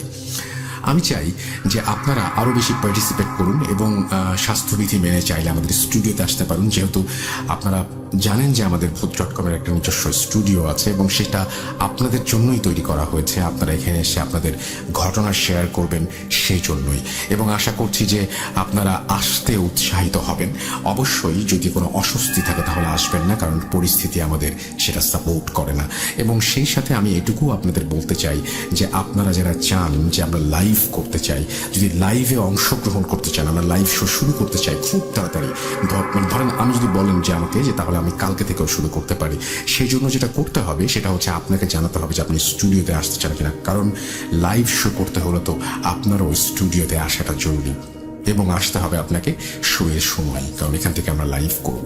তো যাই হোক, আশা করব যে আপনারা সেটাতে রাজি হবেন এবং আপনারা অনেকেই উৎসাহিত হবেন আসতে। আমাদের এরকম প্ল্যান ছিল এবং সেটা আমরা এখন এক্সিকিউট করতে পারছি বলে আমাদের খুব ভালো লাগছে, প্রচণ্ড আনন্দ হচ্ছে। এবং সেটা হচ্ছে এরকম একটা সময় যখন হ্যালোউইনের মাস। তবে তার আগে আপনাদের কনফার্ম করতে হবে আমাকে যে আপনারা চান এই স্টুডিওতে এসে আমাদের সাথে ঘটনা শেয়ার করতে। এখন কিন্তু পুরো ব্যাপারটা আপনাদের ওপরে। জানান আমাকে কারা কারা আসতে চান স্টুডিওতে, জানান আমাকে কারা কারা এখানে এসে ঘটনা শেয়ার করতে চান। আমরা চলে যাব আমাদের পরবর্তী ঘটনায়, মোমবাতি নিয়ে যে ঘটনাটি, সেটি আমরা এখন শুনে আসব। আসসালামু আলাইকুম রাসেল ভাই, কেমন আছেন? আশা করি ভালো আছেন, কারণ আপনি সবসময় ভালোদের দলেই থাকেন। আমার নাম শিহাব আহমেদ। আমার গ্রামের বাড়ি কুমিল্লা জেলার চান্দিনা থানার চান্দিয়ারা গ্রামে। আমি থাকি কুমিল্লা ক্যান্টনমেন্টের বাংলা বাজারে। আজকে আমি আপনাদের মাঝে যে ঘটনাটি শেয়ার করব সেটি কালেক্ট করে আমার খালাতো ভাই তামিম তার ফ্রেন্ডের খালাতো বোনের দেবরের সাথে ঘটনাটি ঘটেছিল। ঘটনাটি আসলে ঘটনা বলা চলে না, এটা তার সাথে প্রতিনিধি করত। ঘটনাটি ঘটে শুরু হয় সেই 2008 সাল থেকে। 2008 সালে একদিন তিনি সন্ধ্যা 7টার দিকে তার চাচার বাড়িতে যাওয়ার সময় পথে একটি নারকেল গাছ পড়ে। সেই নারকেল গাছে তাকিয়ে লক্ষ্য করলো দীর্ঘ 7 থেকে 8 ফুট একটি লম্বা মোমবাতি নিজে নিজে গাছ থেকে নিচের দিকে নামছিল। সেই মোমবাতিটি নিজে নিজে আগুন জ্বলত এবং নিভত। এটা দেখার পর তিনি নিস্তব্ধ হয়ে যান এবং তখন তিনি কোনো দিকেই মুভ করতে পারতেন না। তিনি জায়গায় স্টপ ছিলেন। ঠিক সেইভাবে 10 থেকে 15 মিনিট পরে নিজে নিজে শরীর ঠিক হয়। তারপর তিনি মুভ করতে পেরেছিলেন এবং তিনি সেদিন প্রচন্ড রকমের ভয় পেয়েছিলেন। বিষয়টি তিনি কারো কাছে শেয়ার করেননি। তারপরের দিন আসর নামাজের পরে যখন ওই রাস্তা দিয়ে ফিরছিলেন তখন তার গায়ে আগুনের হাওয়া লাগছিল। কিন্তু সেদিন বৃষ্টি ছিল, বৃষ্টির মধ্যেই আগুনের হাওয়া লাগছিল। এর কারণে তিনি সেখানেই দাঁড়িয়ে গিয়েছিলেন। 10 থেকে 15 মিনিট পরে আস্তে আস্তে সেটা ঠিক হয়ে যায়। তিনি স্থানটি ত্যাগ করেছিলেন সাথে সাথেই। ওই দিন আর কিছু ঘটেনি তার সাথে। ঠিক তার পরের দিন সন্ধ্যায় যখন ওই রাস্তা দিয়ে ফিরছিলেন, এটা তার মুখোমুখি হয়ে যায়। যখন তার মুখোমুখি হয়ে যায় তিনি সাথে সাথে অনেক জোরে চিৎকার করেন, কিন্তু তার চিৎকার যেন 2.5 ফিটের বাইরে যায় না। তখন ওই মোমবাতি দৌড়ে পালিয়ে যাওয়ার সময় টিনের সাথে ধাক্কা লেগে যায়। টিনের সাথে ধাক্কা লেগে ঝিঝি পোকা হয়ে গিয়েছিল তখন। এই ঘটনায় এলাকায় জানাজানি হয়ে যায়। যখন জানাজানি হয়ে যায় লোকেরা গুজব মনে করে, ওরা বলাবলি করে যে সাইমন বোধ হয় পাগল হয়ে গিয়েছে, হয়তোবা সে স্বপ্ন দেখেছে। এই ঘটনার সপ্তাহখানেক পরে যে টিনের সাথে ধাক্কা লেগেছিল সেই বাইরে এক ভদ্র মহিলা তাকে ডেকেছিল। ডেকে বলে, ভাই, তোমার সাথে যে ঘটনাটি ঘটেছিল প্রথমে আমি কিন্তু বিশ্বাস করিনি, কিন্তু আমি নিজে সেটা দেখলাম। যখন দেখলাম তখন ঘরে কোনো ইলেকট্রিসিটি ছিল না, পুরো ঘরটাই চাঁদের আলোয় আলোকিত হয়েছিল। এখন ভাই কি করা যায়? তখন সাইমন ভাই বলল, এটার সাথে আমি প্রতিনিয়তই কথা বলতে থাকি, কিন্তু তাকে আমি কখনো সরাসরি দেখিনি। মহিলাটি তাকে জিজ্ঞাসা করে যেই জিনটা সেটা কি ছেলে নাকি মেয়ে? তখন তিনি বলেন, এটা একটা ছেলে। এটা আমার অনেকভাবে হেল্প করতে চায়, কিন্তু আমি তার কাছ থেকে কোনো হেল্প নিইনি, কারণ সে যদি তার প্রতিদান স্বরূপ আমার কাছ থেকে কিছু চায়। আমরা ছিলাম 4 ভাই 1 বোন, তো আমি ভেবেছিলাম যদি কখনো সে আমার কাছ থেকে কিছু চায়, আমার পরিবারের কাকে চায়, কিংবা ভবিষ্যতে যদি আমি বিয়ে করার পর আমার ছেলে মেয়ে চায়, তাহলে তো আমি তাকে দিতে পারবো না। তো তাদের সাথে যদি কথা ওলটপালট হয়ে যায়, তখন কিন্তু তাদের সাথে আমাদের মানব জাতির কিন্তু বিরাট রকমের ক্ষতি হয়ে যায়। তো সেই কারণে আমি চাইনি তার কাছ থেকে কোনো হেল্প নেওয়ার জন্য। এরপর থেকে প্রতিনিয়ত তিনি ওর সাথে কথা বলতেন। যখন তার বন্ধুদের সাথে হাঁটাফেরা চলাফেরা করতেন, তখনও তার সাথে কথা বলতেন। যখন তার সাথে কথা বলতেন, তখন সে দেখতে পেত, কিন্তু তার বন্ধুরা ওই মোমবাতিটিকে দেখতে পেত না কখনো। তো সেটা ভেবে তার বন্ধুরা ভাবলো যে সে পাগল হয়ে গিয়েছে, সে পাগলের ন্যায় আচরণ করছে। তো এর কারণে তিনি এলাকায় 6 থেকে 7 মাসও পাগল হিসেবে আখ্যায়িত ছিলেন। যখন এলাকায় ঘটনাটি ভালোভাবে জানাজানি হয়ে যায়, তার কাছে অনেকেই আসছিল সাহায্য নেওয়ার জন্য। তিনি কখনো কাউকে সাহায্য করেননি। তিনি বললেন যে তোমরা যে আমাকে যেটা ভাবছো, আমি আসলে তা না। আমি ওর কাছ থেকে কোনো হেল্প নিইনি, নেওয়ার চিন্তা ভাবনাও নাই। সো আমার কাছ থেকে এসে এই ব্যাপারে কোনো হেল্প না চাওয়াটাই বেটার। তো তিনি এই বিষয়ে কাউকে কোনো হেল্প করেননি। পরবর্তীতে তিনি সেই মোমবাতিটি তার কাছ থেকে মুক্ত হওয়ার জন্য আবদার করল। তো মুক্ত হওয়ার জন্য আবদার করাতে সে বলল, না, আমি কি তোমাকে মুক্ত করতে পারবো না, কারণ আমি যদি তোমাকে মুক্ত করি তাহলে তুমি অনেক মানুষকে ক্ষতি করবে, তুমি আমাদের এলাকাবাসীকে ক্ষতি করবে এবং পৃথিবীর বিভিন্ন জায়গায় অনেক মানুষকে ক্ষতি করবে। তো আমি এটা চাই না, আমি তোমাকে মুক্ত করতে পারবো না। তখন তাকে আশ্বস্ত করলো যে না, আমি কাউকে কোনো ক্ষতি করব না এবং কোনো মানুষকে কোনো কিছু করবো না, তুমি আমাকে দিতে পারো, আমি তোমার কাছে ওয়াদাবদ্ধ হলাম। তো এটা শোনার পর তিনি বললেন, আচ্ছা ঠিক আছে, আমি তোমাকে মুক্ত করে দিব। কিন্তু কিভাবে? এটা শোনার পর তিনি বললেন যে সোনার উপর পানি দিয়ে এই জায়গাটাকে ছিটিয়ে দিতে হবে সুন্দর করে চারদিকে, এবং গোলাপ জল আতর দিয়েও ছিটিয়ে দিতে হবে। সে কাজটা করতে হবে রাত 12টার দিকে, এবং কেউ যাতে এই কাজটি করার সময় টের না পায় এবং দেখতে না পায়। এই শর্ত শোনার পর তিনি রাজি হয়েছেন, বললেন যে আচ্ছা ঠিক আছে, আমি সেটা করব এবং ইনশাল্লাহ আমি তোমাকে মুক্ত করব। এটা বলার পর একদিন সময় করে তার সুবিধা মতো একদিন সে সবকিছু নিয়ে গেল, যত ইনস্ট্রুমেন্ট প্রয়োজন ছিল, গোলাপ জল, আতর, সোনার উপর পানি এবং আগরবাতি এবং মোমবাতি নিয়ে গিয়েছিল।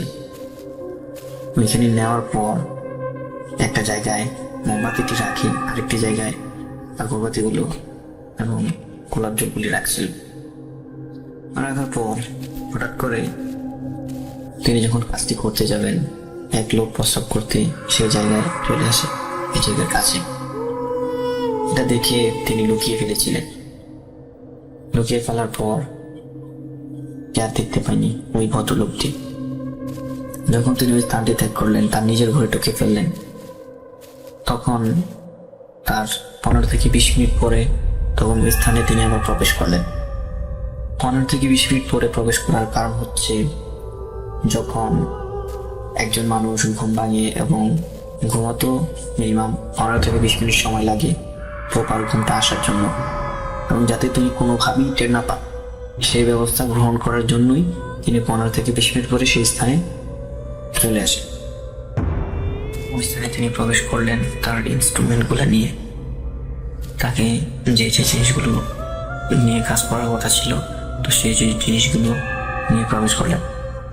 তো প্রবেশ করার পর তিনি তার কথা মতো পানি ছিটিয়ে দিয়েছিলেন, সোনার উপর পানি ছিটিয়ে দিয়েছিলেন, গোলাপ জল এবং আতর ছিটিয়ে দিয়েছিলেন। সেইখানে দেওয়ার পর আগরবাতি ধরিয়ে দিয়েছিলেন এবং 4 কোণে 4টি মোমবাতি ধরিয়ে দিয়েছিলেন। তিনি মোমবাতিটি নিয়েছিলেন কারণ তাকে যাতে কোনো ক্ষতি করতে না পারে, তো সেই কারণে তিনি 4 কোণে 4টি মোমবাতি ধরিয়ে এবং একটি বৃত্ত কেটে ওইখানে এর ভিতরে মোমবাতিগুলি রাখেন। এবং আমাদের ইসলাম ধর্মের মধ্যে আমাদের নবী করিম সাল্লাল্লাহু আলাইহি ওয়াসাল্লাম কিভাবে গা বন্ধ করতে হয় সেই দোয়া শিখিয়ে দিয়ে গেছিলেন। তো সেই অনুযায়ী তিনি সেভাবে তার গাটা বন্ধ করে নেন। বন্ধ করার পর তিনি তাকে বললেন যে তুমি যেভাবে যা বলছিলে আমি সেভাবে করে দিয়েছি, এখন তুমি কি করতে চাও? সে বলল তিনি যে রাস্তাটি দিয়ে যাবেন সেখানে অনেক পাতা পড়ে এবং আবর্জনা জমে আছে। সে আবর্জনাটি জমে থাকার কারণে তিনি এর উপর দিয়ে যেতে পারবে না। তো তাকে একটি ঝাড়ু দিয়ে সেই জায়গাটি পরিষ্কার করে দেওয়ার জন্য বলা হলো। তো তিনি বলল আচ্ছা ঠিক আছে, আমি পরিষ্কার করে দেব। তো তিনি তার কথা মতো রীতিমতো সেই জায়গাটি পরিষ্কার করলেন। এরপর তিনি বললেন যে বন্ধু, আমাকে যদি মুক্ত করতে চাও তাহলে তুমি তোমার মন থেকে দোয়া করতে হবে এবং পড়তে হবে সূরা ফাতিহা 1 বার, সূরা ইখলাস 4 বার, সূরা ফালাক 1 বার, সূরা নাস 1 বার।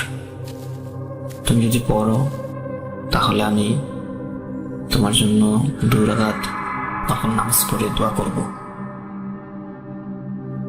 এই কথা তিনি বলেন আচ্ছা ঠিক আছে আমি করব।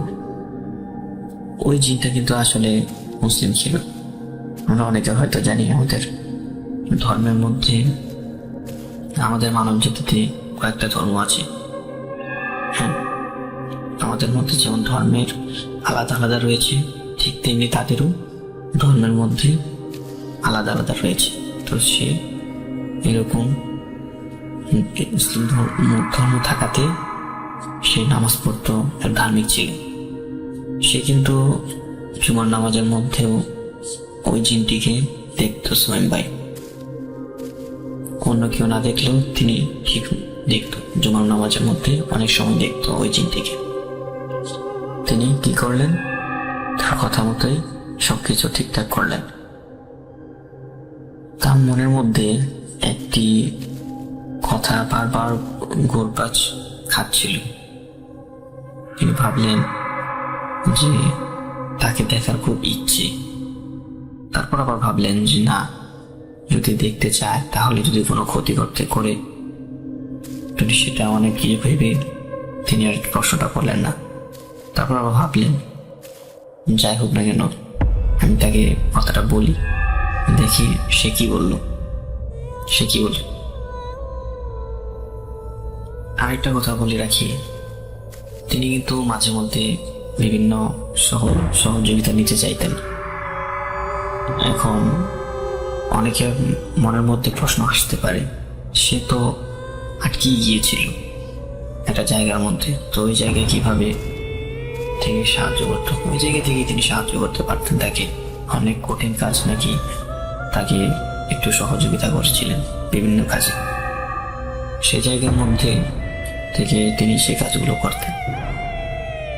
যেমন আমাদের পরিবারের মধ্যে আমাদের একটা যেই বন্ডিং আছে, যেই নিয়ম শৃঙ্খলা আছে, যেমন আমাদের পরিবারের মাতাদের বা কর্তাদের ছাড়া জিজ্ঞাসা না করে কোনো জায়গায় যেতে পারি না, ঠিক তেমন যেন তার একটা গার্ডিয়ান হিসাবে হয়ে গিয়েছিল সেই জিনটি সোহেম ভাইয়ের। সোহেম ভাই একটা গার্ডিয়ান ছিল, তার হিসেবে হয়ে গিয়েছিল।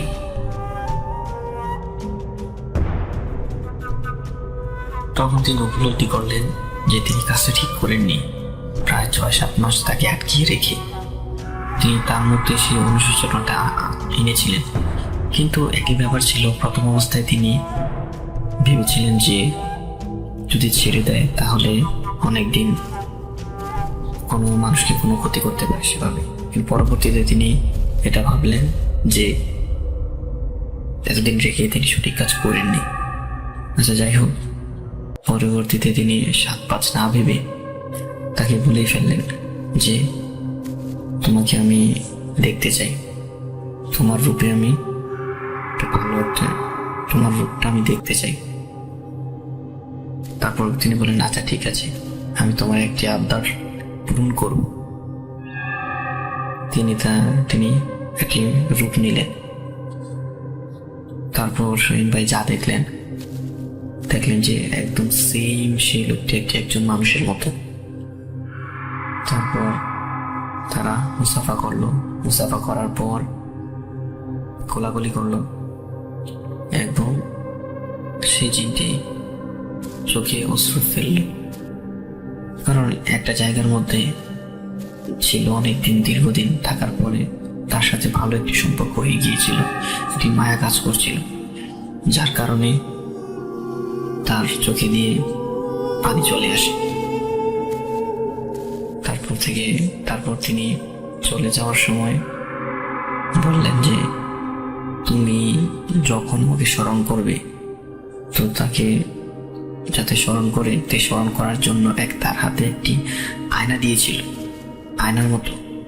যখন তুমি এটাকে হাতে নিয়ে 3 বার আমার নাম বলবে, তখন আমি তোমার সামনে এসে হাজির হব।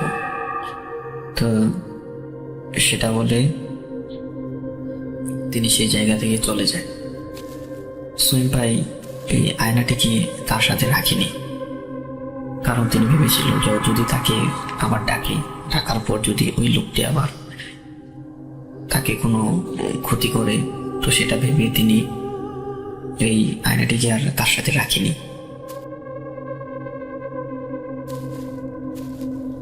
তিনি আয়নাটিকে তার সাথে রাখেনি এই কারণেই। তো তিনি পরবর্তীতে উপলব্ধি করতে পারলেন যে আসলে তার আয়নাটি রাখা উচিত ছিল, কারণ আয়নাটি রাখলে তার সাথে যদি যোগাযোগ করতে পারতেন পরবর্তীতে, তাহলে হয়তো অনেক কাজ তিনি করতে পারতেন, অনেক গরিব দুঃখীদের তিনি সাহায্য করতে পারতেন, এটা ভেবেছিলেন। তো এ ছিল প্রাথমিক স্টেজের ঘটনা। তারপর বিয়ের আগে তার আর কোনো ঘটনা ঘটেনি। 2012 সালে তিনি বিবাহবদ্ধ আবদ্ধ হন। তো সেটা এরপরে তার সাথে ঘটেছিল আর কি অন্যরকম ঘটনা। তো সেই ঘটনাটি আমি ইনশাল্লাহ আগামী সপ্তাহে আপনাদেরকে সেন্ড করব, যদি রাসেল ভাই এই ঘটনাটি আপনি প্লে করেন। এটি একদম সম্পূর্ণ সঠিক ঘটনা। সো বিয়ের পরে তার যে ঘটনাটি ঘটে তার মধ্যে অনেক ক্লাইম্যাক্স রয়েছে। যদি এই ঘটনাটি প্লে করেন তাহলে আমি পরবর্তীতে ওই ঘটনাটি সেন্ড করব। তো আশা করি ভালো থাকবেন। সবাইকে শুভকামনা রইল। আসসালামু আলাইকুম।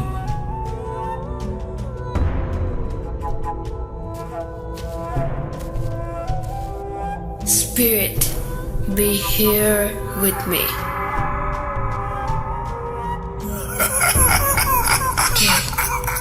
কে তুমি?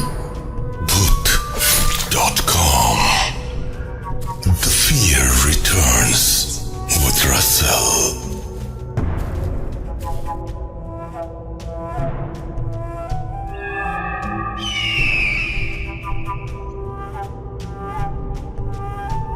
আমরা সারা সপ্তাহ জুড়ে আপনাদের পাওয়া ঘটনাগুলো নিয়ে রিসার্চ করি এবং আমরা চেষ্টা করি যে সবচেয়ে ভালো ঘটনাগুলো আপনাদের সামনে উপস্থাপন করতে।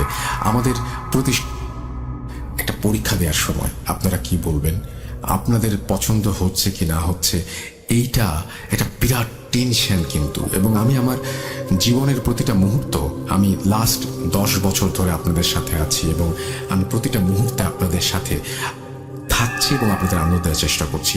এবং আমার এই কাজটি একেবারেই শখের নয়, কিন্তু এটি আমার রেগুলার কাজ। আমি সপ্তাহ জুড়ে এই কাজটি করি। এমন নয় যে আমি জাস্ট মনে হলো তাই জন্য এই কাজটি শুরু করে দিলাম। এর পেছনে একটা প্রিপারেশন আছে, আমার 10 বছরের এক্সপিরিয়েন্স আছে। তারপরেও এখনো ভয় লাগে যে আপনারা পছন্দ করবেন কিনা। পরীক্ষা আসলে যেরকম টেনশন হয়, আমারও সেরকম টেনশন হয়। আর যেই মুহূর্তে আপনারা বলেন আজকের ঘটনা ভালো হয়েছে, সেই মুহূর্তে আমার সব ভয় কেটে যায়। আপনারা অনেক ভালো, এবং আপনারা সবসময় কাছে আছেন, সাথে আছেন, পাশে আছেন বলেই এই সামনে এগিয়ে চলা। আমাকে অবশ্যই জানান যে আপনারা এই ঘটনাটি কেমন লাগলো সেটা, এবং সেই সাথে আপনারা যারা স্টুডিওতে আসতে চান তারা অবশ্যই আমাদের ইমেইল করে জানান, আমাদের মডারেটরদের জানান যে আপনি ইন্টারেস্টেড, তারা আপনাকে ইনস্ট্রাকশন দেবে, তারা আপনাকে গাইড করবে যে কিভাবে আপনি স্টুডিওতে আসতে পারবেন। এবং আমরা লাইভ শো শুরু করছি, সুতরাং এটা একটা বিরাট ব্যাপার, কিন্তু আপনাদের সহযোগিতা কাম্য, এবং আমরা আশা করব যে আপনারা সেই সহযোগিতা আমাদের করবেন। তো যাই হোক, আমরা যেটা করতে চাই সেটা হচ্ছে এখন আমরা নেক্সট ঘটনায় চলে যেতে চাই। এই ঘটনাটি যখন ঘটে সে সময় হয়তো অনেক ঘটনাই ঘটতো, আমার তাই ধারণা ছিল।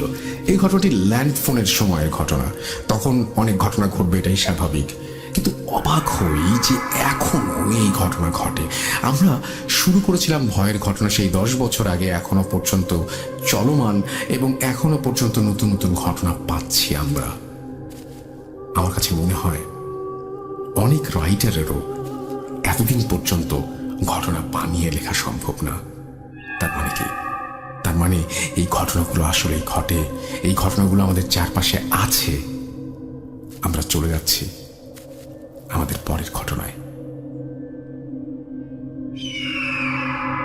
আসসালামু আলাইকুম রাসেল ভাই, আশা করি আপনি ভালো আছেন, সবসময় ভালোর দলেই।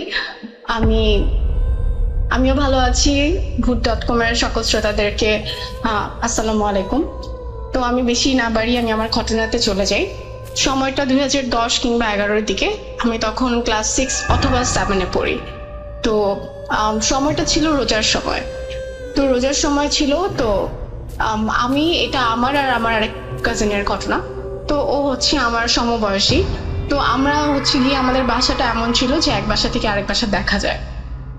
তো একদিন হঠাৎ রিকোয়েস্ট করে বললো যে আমরা একসাথে থাকি রাতেবেলা। তো আমিও চিন্তা করলাম ঠিক আছে, রাতেবেলা একসাথে থাকা যায়। তো আমি যথারীতি তখন ক্লাস মানে পড়ালেখা শেষ করে এরপর রাতে 10টার দিকে বা এমনই 9টা-10টার দিকে ওদের বাসায় গেলাম। আমাদের বাসা থেকে ওদের বাসায় হেঁটে যেতে কাইন্ড অফ জাস্ট 2 মিনিট লাগে। তো ঠিক আছে গেলাম, যাওয়ার পর যেহেতু তখন রোজার সময় ছিল, আমরা তেমন কিছু খাওয়া দাওয়া করিনি রাতের বেলা। তো আমরা টিভি দেখছিলাম, এর মধ্যে সবাই শুয়ে পড়েছে। তো আমরা ইউজুয়ালি দুজন একসাথে থাকলে যেটা হয় যে রাতের বেলা টিভি দেখা হয় বা আড্ডা দেওয়া হয়। তো সেইভাবে সবাই বাকি বাসার সবাই শুয়ে পড়েছিল। তো আমি ঘটনা শুরু করার আগে আমি একটি ছোট বর্ণনা দিয়ে দিই যে বাসায় ঘটনাটি ঘটেছে। সেটা হয়েছে যে ড্রয়িং রুমের বরাবর হচ্ছে একটি রুম ছিল, আর ড্রয়িং রুম থেকে হাতের ডান দিকে হচ্ছে আমার কাজিনের রুম ছিল। তো আমরা বেসিক্যালি ঘটনাটি ড্রয়িং রুম কেন্দ্র করেই। তো আমরা ড্রয়িং রুমে বসে বসে আড্ডা দিচ্ছি, সবাই কিন্তু ঘুমিয়ে গেছে। তো আমরা আড্ডা দেওয়ার সময়ের মধ্যে হঠাৎ করে রাতের 2টা কিংবা 1:45-টার দিকে এমন একটা শব্দ পেলাম। তো যেহেতু আমি আর ও ঘরের মধ্যে আড্ডা দিচ্ছি, দরজা লাগানো ছিল, টিভি ছাড়া ছিল শুধু। তো আমরা 2 বোন আড্ডা দিচ্ছিলাম, তো ভেবেছি যে অন্য কেউ হয়তো উঠেছে, তো আমরা যে দেখি কে উঠেছে। তো আমি জাস্ট দরজাটা খুলে একটু ফাঁকা করে দেখলাম যে কেউ উঠেছে আর কি। এর মধ্যে দেখলাম যে বরাবর যে রুম ছিল, ওদের বরাবর রুমেই থাকতো হচ্ছে ওর দাদা এবং দাদি। তো দেখলাম যে দাদা উঠেছে। দাদা রাতের বেলা উঠতেই পারে, অনেক সময় পানি খেতে উঠে, বা আমরা নানা কারণে উঠি রাতের বেলা ওয়াশরুম ব্যবহার করতে হলে। তো দাদা উঠেছে যখন, তো দাদার সাথে আমাদের সম্পর্কটা এরকম ছিল যে আমরা অনেক মানে দুষ্টামি করতাম, যেহেতু দাদা, তারপর হচ্ছে মানে আমাদেরকে অনেক আদর করতেন। তো দাদা উঠেছে, আমি যে দাদাকে জিজ্ঞেস করলাম যে দাদা আপনি কোথায় যাচ্ছেন, আমরা তো টিভি দেখতেছি, আপনি আসেন আমাদের এখানের সাথে টিভি দেখেন। তো দাদা হচ্ছে গিয়ে আমি দাদাকে ডাক দেওয়ার আগে যখন দেখলাম যে অ্যাকচুয়ালি দাদার মুভমেন্টটা ছিল হচ্ছে আমি আর কাজিন যে রুমে ঘুমানোর কথা, মানে কাজিনের রুমে, সেই রুমের দিকে উনি যাচ্ছিলেন। তো আমার কথা শুনে দাদা আমার দিকে ফিরে তাকালেন, ফিরে থেকে তাকিয়ে জাস্ট আমার রুমের দিকে, মানে ড্রয়িং রুমের দিকেই আসছিলেন। তো আমি খুব মজার ছলে বললাম যে দাদা আমরা তো টিভি দেখতেছি, আসেন আমাদের সাথে বসে টিভি দেখেন। তো এর মধ্যে ঠিক আছে দাদা আসতেছে, আমাদের রুমের দিকে আসছে আর কি। মানে জিনিসটা কেমন, একটু খুব বেশি তাড়াতাড়িও না, আবার খুব বেশি জলদিও না, কাইন্ড অফ যে খুব রিল্যাক্সেশনের মুডে একটা। হ্যাঁ, দাদা আমাদের দিকে আসছে। তো আসার পর যেটা হলো যে আমি আর কাজিন যেহেতু রুমের মধ্যে ছিলাম, মানে ভিতরে ছিলাম। তো দাদা আসার পর সে দেখলাম যে আমার তার এক হাত দিয়ে আমার ডান হাতের কবজি ধরেছে, মানে তার এক হাত দিয়ে আমার ডান হাতের কবজির ওখানে ধরেছে অনেক শক্ত করে, প্লাস হচ্ছে আরেক হাত দিয়ে রুমের দরজাটা বন্ধ করছে। তো তখন আমার এক মুহূর্তের জন্য মাথায় আসলো যে রুমের দরজা কেন বন্ধ করছে দাদা। তখন আমি হচ্ছে অনেক ছোট, মানে ক্লাস 6-7 বলতে তখন আমি অনেক ছোট। তখন আমার মাথায় অন্য কোনো কিছু চিন্তা আসার আগে বললাম যে মানে রুমের দরজা বন্ধ করছে এত রাতে বেলা, মানে জিনিসটা একটু ফিসি ফিসি লাগছে। প্লাস দাদার বয়সটা বলি, দাদার বয়স কম হলেও তখন 90-এর কাছাকাছি বা 85 আমি যদি ধরি। তো 85 বছরের একজন বৃদ্ধার হাতে এত জোর কখনোই থাকবে না, সে এত জোরে আমার হাতটা ধরেছে, আই ক্যান ফিল। সো এরপর কি হয়েছে, দাদা যখন দরজা লাগানোর চেষ্টা করছে, তো আমি র্যান্ডমলি দাদার সাথে কথা বলতেছিলাম যে দাদা কি হয়েছে, বা আপনি আসেন বসেন আমাদের সাথে। তখনও আমি দুষ্টামির মুডেই আসছি। এর মধ্যে কি করেছে আমার কাজিনটা, কি করেছে সামহাও, যখন দাদা মানে আমার আর দাদার কনভারসেশন হচ্ছিল, সামহাও সে এই রুম থেকে বের হয়ে ওর রুমের দিকে চলে গেছে।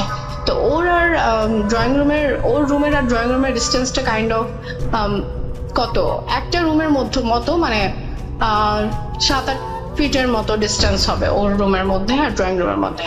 তো ও কিন্তু চলে গেছে। তখন আমার চিন্তা হচ্ছে আমি কিভাবে এখান থেকে বের হব, কারণ এটা খুব আনবিলিভেবল, মানে যেই জিনিসগুলো হচ্ছে আমার সাথে।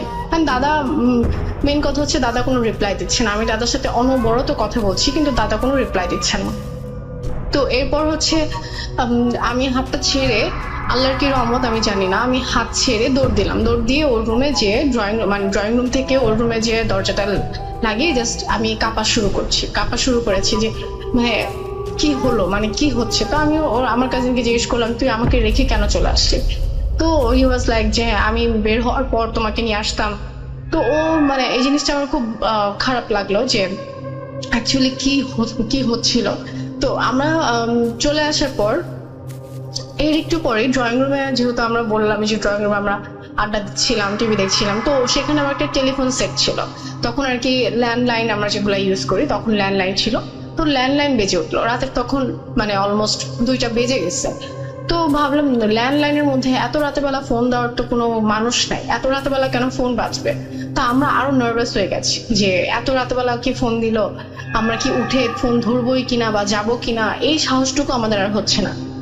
তো এরপর অলমোস্ট এমন মানে এত ভয় করছিল, ভয় কাট মানে আর এখান থেকে হিল করার কোনো কিছু পাচ্ছিলাম না যে আমরা কাউকে ডাক দিয়ে বলবো কাহিনী বা এরকম কোনো কিছুরই সাহস হচ্ছে না। তো একটু সাহস সঞ্চয় করলাম, যেহেতু রোজার দিন আর এটা 2:45টার দিকে সবাই উঠে যায় সেহরির জন্য। তো সেহরির জন্য যখন উঠলো সবাই, তখন আমরা দেখলাম সবকিছু নর্মাল বলতে আমরা যে সোফার রুমে ছিলাম সেখানে টিভি দেখছিলাম, সেখানে সবাই যে খাওয়া দাওয়া করছে, মানে ইউজুয়ালি সেহরির সময় তারা টিভি দেখে মানে দেখা যায় যে টিভির সামনে বসে খাওয়া দাওয়া করে আর কি। তো সেখানে দেখলাম দাদাকেও সে নর্মালি খাওয়া দাওয়া করছে, আমরা সবাই খাওয়া দাওয়া করলাম। তো আমার আর সেদিন আর খাওয়া দাওয়া মানে সেহরিতে আর খাওয়া হলো না, মানে আমার ভালো লাগছিল না। আমার কথা হচ্ছে আমি কতক্ষণে বাসায় আসবো। তো আমি আমার কাজিনকে বললাম যে আমি এখনই বাসায় যেতে চাই। তো আমাকে বললো দরকার নেই এখন না, তো তুমি এখন কিভাবে যাবো। আমি বলছি না, আমার বাসায় মানুষ উঠছে সেহরি খাওয়ার জন্য, চলে যাবো। তো বলছে না থাক, আমি সকালবেলা তুমি সকালবেলা উঠেই চলে যাবো, এখন রাতের বেলা গেলে দরকার নেই। তো আচ্ছা ঠিক আছে। তো এরপর সবাই যখন উঠলো, সব সিচুয়েশন খুব নর্মাল, মানে তখন একটু সাহস সঞ্চয় হলো। তো সেদিন চলে গেল, সকালবেলা উঠে আমি বাসায় চলে আসলাম। তো ওই দিনের কাহিনী বা ওই দিন রাতের বেলার কাহিনী আমি কাউকে বলিনি। তো 2 দিন পর আমার সেই কাজিন আমার বাসায় আসছে। তো বাসায় আসার পর বললো যে তুমি কি কাজিন মানে কথা কি কাউকে বলছো নাকি। তা আমি বললাম না, আমি তো কাউকে বলি নাই, কিন্তু আমি কি বলবো। তো বলতেছে শোনো তাহলে আমি তোমাকে একটা কথা বলি, আসলে ওই দিন রাতের যা হয়েছে আমি জানি এটা বললে তুমি আরো ভয় পেয়ে যাবা। আমি বলছি কি হয়েছে, বলে কি আসলে মানে দাদা উঠে নাই সে রাতেবেলা। বলছি কেন, তাহলে আমরা কার সাথে কথা বলছি। বলে কি অ্যাকচুয়ালি দাদা উঠে নেই, কারণ দাদু যখন ঘুমায় মানে দেখা যায় যে দাদা যখন উঠবে তখন দাদুকে পার হয়ে উঠতে হয়। তো যেটা হয় যে দাদা উঠলে অবশ্যই দাদু বুঝবে, তো তো আমরা যখন দাদুকে জিজ্ঞেস করেছি যে দাদু তুমি কি মানে রাতেবেলা উঠা হয়েছিল কিনা, তখন দাদু বলছে যে না উঠি নাই, আমরা উঠিই নাই, আমরা সেরির আগে কেউই উঠি নাই। প্লাস হচ্ছে আমরা আরো শব্দ পাইছি যে তোরা টিভি দেখতেছিলি, তো আমরা তো উঠি নাই। আর উঠলেও তো আমি বুঝতাম, তোর দাদা উঠলে আমি বুঝতাম, কারণ আমাকে পার হয়ে তো তার নামতে হবে খাট থেকে। তাদের আবার অনেক বড় পালং ছিল, উঁচা পালং, আগের দিনের যে পালং গুলো থাকে। তো চিন্তা করলাম তো ওটা কে ছিল, তো বলছে না আমরা তো যখন, তারপরেও আমাকে অনেক কিছু, আমরা অনেক ক্যালকুলেশন মিলানোর চেষ্টা করলাম যে আমরা যখন সিরিয়াস সময় উঠেছিলাম তখন দেখলাম যে সবকিছু নর্মাল। তখনই তো দাদার সাথে, দাদাও খুব নর্মাল বা সবকিছু সচরাচর যেভাবে চলে, যেরকম পরিবেশ থাকে সেরকম পরিবেশে। তো সেখানে কে ছিল? দাদা ছিল না। প্লাস হচ্ছে গিয়ে মানে এত মানে একটা বৃদ্ধ মানুষের এত শক্তি কখনোই আমি জানি না কখনো হতে পারে কিনা। কারণ আমি যখন আমাকে হাত ধরেছে আমার মনে হয়েছে যে আমি হাতটা ছোটাতে পারবো না। আর এরকম করে এরকম বিহেভিয়ারের কোনো মানে হয় না, কারণ এসে সে দরজা লাগানোর পর তার মুখে র্যান্ডমলি একটা মুচকি হাসি ছিল। সে কিন্তু কোনো কথা বা কোনো কনভারসেশন আমাদের সাথে বাড়ায়নি বা কোনো কনভারসেশন আমাদের সাথে করেনি, তার মুখে একটা মুচকি হাসি ছিল। তো ব্যাপারগুলো আমাকে আরো বেশি মানে তখন চিন্তা করলাম যে আসলে দাদা ছিল কিনা বা এটা কে ছিল। তো এরপর হচ্ছে এই কথা শোনার পর আমি আরো ভয় পেয়ে যাই যে অ্যাকচুয়ালি ওটা দাদা ছিল না। তো এরকম অনেকদিন পর দেখলাম যে ওরা নিজে নিজেই বললো যে আমাদের বাসায় এরকম আসলে অনেক ঘটনা হয়, আমি আসলে তোমাকে বলি নাই কখনো যে তুমি ভয় পাবা বা তুমি আমাদের বাসায় থাকতে আসবা না, কিন্তু আমাদের বাসায় এরকম র্যান্ডমলি অনেক ঘটনা হয়। যেমন হচ্ছে আরো কিছু ঘটনা আছে, ছোটখাটো ঘটনাগুলো, কিন্তু ইনশাল্লাহ আরেকদিন পাঠাবো সেই ঘটনাগুলো। আমার ঘটনাটা ভালো লাগলে অবশ্যই শেয়ার করবেন রাসেল ভাই। আর food.com নতুন করে চালু করার জন্য ধন্যবাদ, কারণ এখানে দেখা যায় অনেক সময় আমি আগের সময় না হওয়ার জন্য ভূত FM শোনা হতো না, কিন্তু food.com যেহেতু রেকর্ডেড থাকে তখন আমি আমার সময় মতো শুনতে পারি, বা দেখা যায় আমরা কাজিনরা একসাথে নাইট স্টে করলে সেখানে শুনতে পারি। এটা খুবই ভালো একটা ইনিশিয়েটিভ হয়েছে। Thank you so much Rasel ভাই, সবাই ভালো থাকবেন।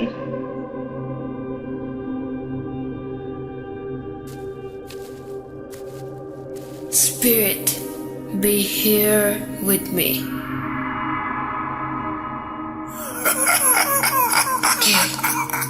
কে তুমি? Bhoot.com. The fear returns with Russell.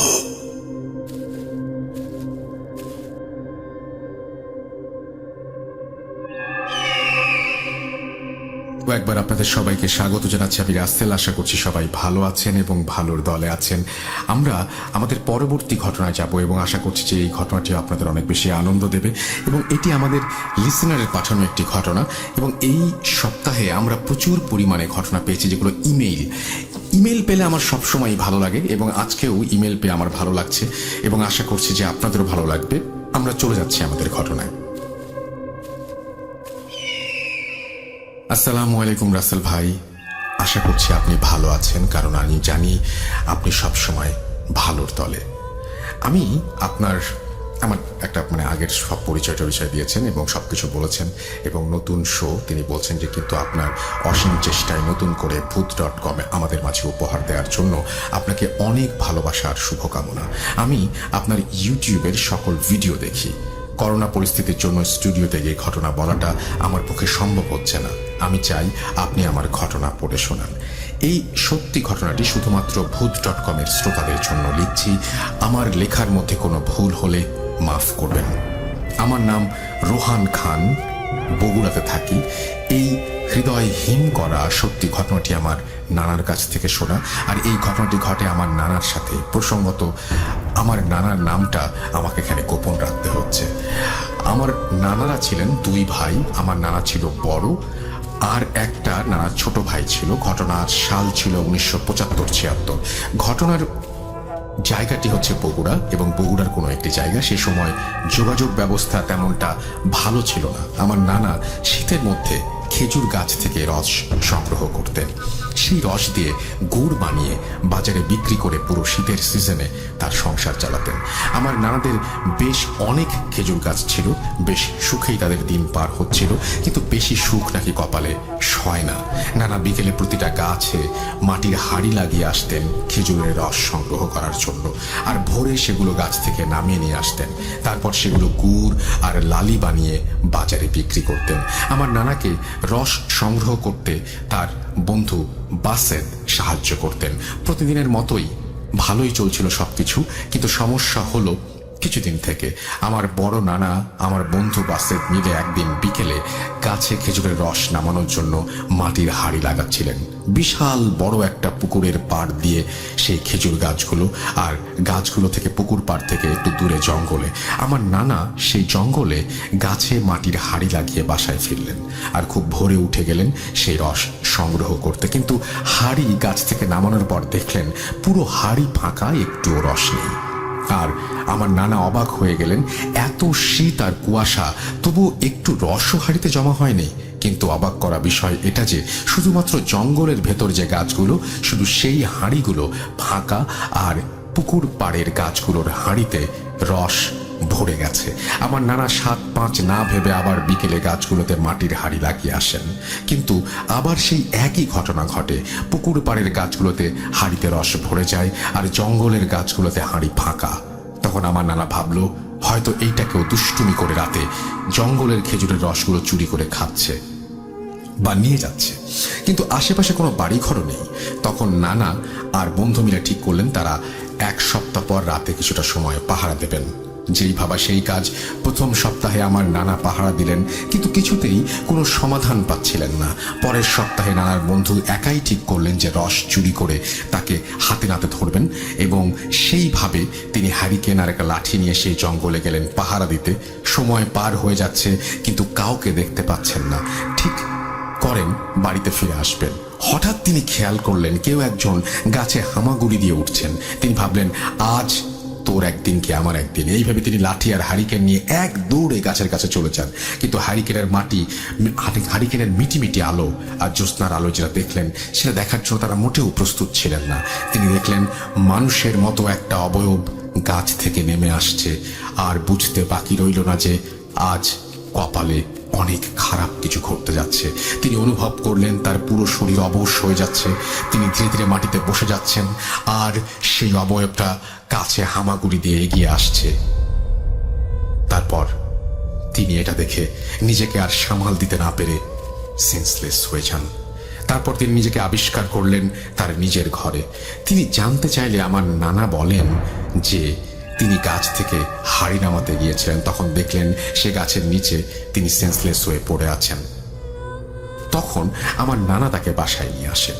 তারপর তার সাথে যে সমস্ত ঘটনা ঘটে সেগুলো তিনি খুলে বলেন। কিন্তু সেই ঘটনার পর থেকে বাসেদ এতটা ভয় পায় যে তার প্রচন্ড জ্বর আসে।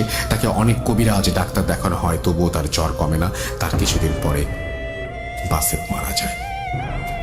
নানার কাছের বন্ধুর মৃত্যু নানা মেনে নিতে পারেননি। তারপর থেকে বাসেদকে সেই পুকুর পাড় থেকে একটু দূরে তাকে কবর দেয়া হয়। এই শোক থেকে বেরোতে না বেরোতেই নানার বেশ কয়েকটি দিন সময় লাগে, কিন্তু এইদিকে ঘরের খাবারও শেষ হয়ে যাচ্ছিল। তাই তাকে আবারও রস সংগ্রহ করতে যেতে হয়, গুড় বানিয়ে বাজারে বিক্রি করতে হবে সংসার চালানোর জন্য। ঘটনা এখানেই শেষ হলে পারত, কিন্তু শুরু হলো নতুন সমস্যা। আমার নানা রাতে অনেক খারাপ খারাপ স্বপ্ন দেখতে শুরু করলেন। তার বন্ধু বাসেদ তাকে স্বপ্নের মধ্যে নিয়ে যেতে আসে। জানালায় ঠক ঠক আওয়াজ, একা একা দরজা খুলে যাওয়া। তারপর নানা এসব কথা তার পরিবারের সঙ্গে শেয়ার করেন। পরিবারের সবাই তাকে বলেন বন্ধুর কাছের বন্ধুর মৃত্যু হলে অনেকে মেনে নিতে পারে না, আর সেটা আমার নানাও মেনে নিতে পারছেন না। এইসব মনের ভুল বলে সবাই ভুলে যেতে বলেন, কিন্তু নানা বুঝতে পারেন এটা কোনো ভুল না। তারপর থেকে নতুন সমস্যার মুখোমুখি হতেন তিনি। রাতের খেজুর গাছ থেকে রস সংগ্রহ করতে গেলে পেছন থেকে বাসেদের কণ্ঠে কেউ ডাকে। আগের মতো হাড়িতে রস হয় না। এদিকে শীতও শেষ হয়ে আসছিল। এখন নানা ভাবল যে আর কিছু রস সংগ্রহ করবেন না তিনি। নানা সেই রাতে রস সংগ্রহ করতে গিয়ে যা দেখলেন সেটা দেখার জন্য তিনি প্রস্তুত ছিলেন না। মানে ওই দিনের পরে তিনি রস সংগ্রহ করতে হতে চাননি। তিনি দেখলেন তার বন্ধুর কবরের ওপরে ছোট্ট একটা আলো নিভছে, জ্বলছে, দূরে আসছে, কাছে যাচ্ছে। এই সব দেখে তিনি তাড়াতাড়ি করে রসের হাঁড়ি সংগ্রহ করতে শুরু করলেন। কিন্তু সময়টা যেন খুব কম ছিল। হঠাৎ তিনি দেখলেন কবরের পাশে কেউ একজন একটা সাদা কাপড় পরে বসে আছে। পরিষ্কার জ্যোৎস্নার আলোতে তিনি স্পষ্ট বুঝতে পারলেন নানা বাসায় যাওয়ার জন্য রওনা হতেই তাকে পেছন থেকে বাসেদের কণ্ঠে কেউ ডেকে উঠল, মাজেদ, আমায় ছেড়ে যাস না। নানা চমকে গিয়ে পেছনে তাকাতেই দেখেন বাসেদ নানার ঠিক পেছনে। নানা ভয়ে এই মাঘ মাসের শীতেও শরীর পুরো ঘামে ভিজে গেল। হঠাৎ বাসেদ তার হাত ধরে বলছে, আমার সাথে চল, আমার একা থাকতে কষ্ট হচ্ছে, তুই আমার সাথে চল, আমি তোকে নিয়ে যেতে এসেছি। এই কথা শোনার পর আমার নানা নিজেকে আর ধরে রাখতে পারলেন না। কখন তিনি সেন্সলেস হয়ে গেছেন তিনি নিজেও বুঝতে পারেননি, তিনি নিজেও জানেন না। কিন্তু তিনি যখন বুঝতে পারলেন যে দূর থেকে ফজরের আজান শোনা যাচ্ছে, তখন তিনি আবিষ্কার করলেন তাকে তার নিজের বাড়িতে।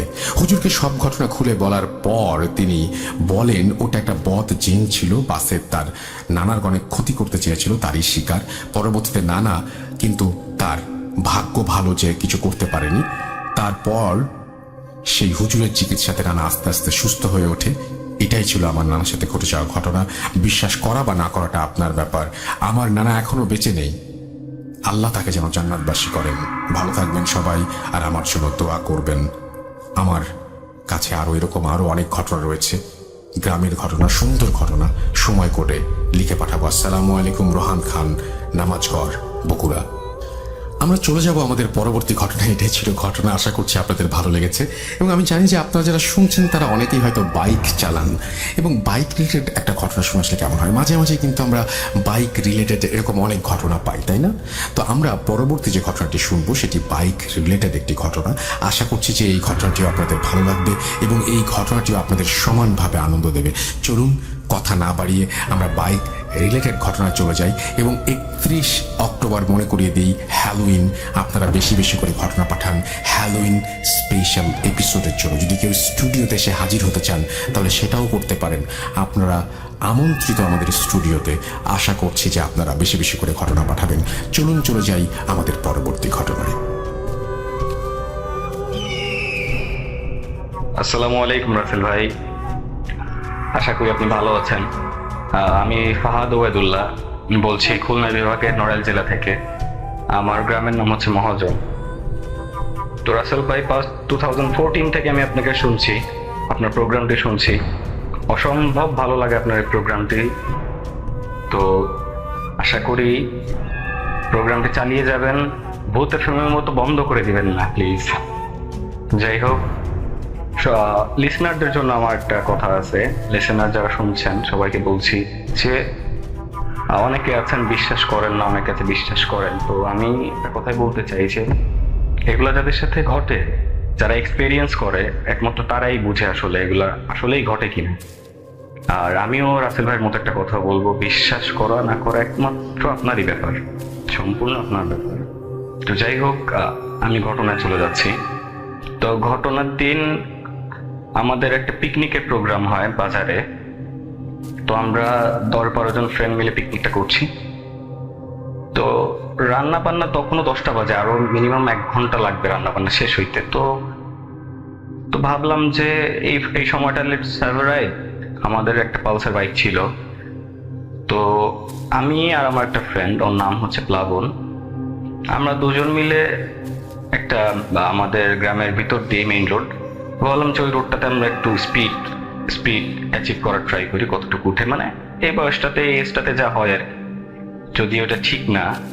তো আমাদের গাড়ি আমরা চালাচ্ছি প্রায় 95 প্লাস। তো আমাদের ওই রাত 10টার সময় প্রায় কি পুরোই ফাঁকা হয়ে যায় পুরো রোডটা। তো আমরা এরকম স্পিডে চালাচ্ছি। তো আমি রাইড করতেছিলাম। তো আমাদের এখানে একটা গ্রাম আছে, নাম হচ্ছে মাটিয়াডাঙ্গা। তো মাটিয়াডাঙ্গার তিনটা রোডের একটা জয়েন্ট আছে, জয়েন্টের ওখানে একটা বট গাছ, আর বট গাছের আগে বেশ কিছু বাঁশঝাড়, লাইক দুই পাশ থেকে উঠে পুরো রোডটাকে একদম কভার করে দিছে, বেশ খানিকটা জায়গা এরকম কভার করা। তারপর হচ্ছে বটগাছটা 3টা মাথার মোড়। তো ওই বাঁশবাগানের ওই জায়গাটা এসে আমাদের বাইক টোটালি ইঞ্জিন অফ হয়ে যায়, হেডলাইট অফ হয়ে যায়, টোটালি আমরা সেকেন্ডের ভিতরে ব্ল্যাঙ্ক আউট। তো রোডটা আমার পরিচিত, এখানে একটা মোড়ও ছিল। যাই হোক, মোড়টা আমি কোনোভাবে ওই 95 স্পিডে, বেশ অন্ধকার, কিন্তু ওই সিচুয়েশন আমি কন্ট্রোল করে থামাইতে বটগাছের নিচে এসে গাড়িটা থামাইছি। তো ওকে বললাম নাম, আমরা দুইজনই আসলে পুরাই ভয় পেয়ে গেছি, আসলে কি হলো এটা মোটেও পসিবল না, এটা পালসার বাইক, এটা মোটেও পসিবল না। ইঞ্জিন অফ হইতে পারে, ইঞ্জিনের আরপিএম ক্রস করে গেলে বন্ধ হইতে পারে, বাট হেডলাইট তো ব্যাটারির সাথে, যাই হোক কানেকশন তাও অফ হয়ে যাওয়ার কোনো স্কোপ নেই। তারপর হয়েছে, তো আমরা ট্রাই করতেছি বিভিন্নভাবে বাইকটা স্টার্ট দেওয়ার জন্য, বাট সেলফোন নিচ্ছে না, কি কেউ নিচ্ছে না, বাইকে তেল ছিল, আমরা ঝাঁকাইছি বাইকটা, কোনোভাবেই কিছু হচ্ছে না। তো এই সিচুয়েশনে আমরা ওইখানে প্রায় 10 মিনিট ওভার করে ফেলছি বটগাছের নিচে। রাস্তা দিয়ে কোনো গাড়িও যাচ্ছে না যে কারো কাছে হেল্প চাবো। তো এভাবে হঠাৎ করে মোটামুটি বোঝা যাচ্ছে একটা লোক আসলো, বয়স সর্বোচ্চ গেলে 23-24 হবে, ফর্সার মতো, একটু হ্যাংলা পাতলা। তো ওই মুখে দাঁড়িয়ে আছে। তো ওই সিচুয়েশনে ওই লোকটা আনএক্সপেক্টেড ছিল আমাদের কাছে। তো উনি খুব সুন্দর আমাদের সাথে, তার এই অন্ধকারের ভিতরেও তার যেন কেমন জানি বোঝা যাচ্ছে তার ফেসটা, সে একটু ফর্সার মতো বাট হ্যাংলা পাতলা। তো আমাদের বলতেছে, ভাই আপনারা কার? আমি বললাম যে আমাদের পাশে অমগ্রামে। তো এই দিকে যাচ্ছিলাম, হঠাৎ করে এইভাবে আমি পুরো ঘটনা তাকে খুলে বলি। তো সে বলে, আমি কি একটু ট্রাই করতে পারি, আমাকে একটু চেষ্টা করতে দিবেন? বলে হ্যাঁ শিওর, করেন। তো সে প্রথমবার হয়নি, দ্বিতীয়বার সে জানি না কিভাবে সে কিক দিয়ে স্টার্ট করে ফেলছে, যেটা আমরা ফার্স্ট 10 মিনিটস ধরে ট্রাই করতেছিলাম। আমি মোটামুটি বাইক সম্পর্কে আমার আইডিয়া আছে, কিন্তু আমি পারতেছিলাম না, বাট সে এসে পারছে। যাই হোক, আমাদের বললো, ভাই রাত অনেক হয়েছে, আপনারা এইসব জায়গায় চলাফেরা করবেন না কখনোই, এটা রিস্কি, জায়গাটা ভালো না। তো আমি বললাম যে ভাই আপনাকে তো চিনলাম না। আমি চিনতাম, গ্রামের লোকজনকে চিনতাম মোটামুটি। আমি জিজ্ঞেস করলাম, ভাই আপনার বাসা কোন গ্রামে, আপনি বাসা কোথায়?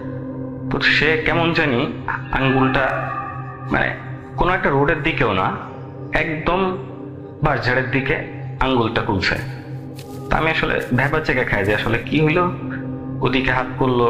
তো আমি আর কোনো প্রশ্ন না করে আমি বললাম, আচ্ছা আসসালামু আলাইকুম, আসি। সে কিন্তু একজন হুজুর মনে হচ্ছিল তাকে। তো সালাম দিয়ে আমি অনেক কাজ করতে পারছি যে আসলে বিষয়টা কি হচ্ছে, বা মানে আমার কেমন জানি এবার একটু সন্দেহ হচ্ছে। তো আমি আমার ফ্রেন্ডটাকে, প্লাবনকে, জাস্ট 2 সেকেন্ড বাইকটা আমি চালাইছি, 5 হাত বা 6 হাত আমরা আগাইছি। তো ওকে আমি বললাম যে ভাই পিছনে তাকাতো। তো জাস্ট পিছনে তাকায় বললো যে, পিছনে ঘুরে বললো যে ফাহাদ বাইক জোরে টানো।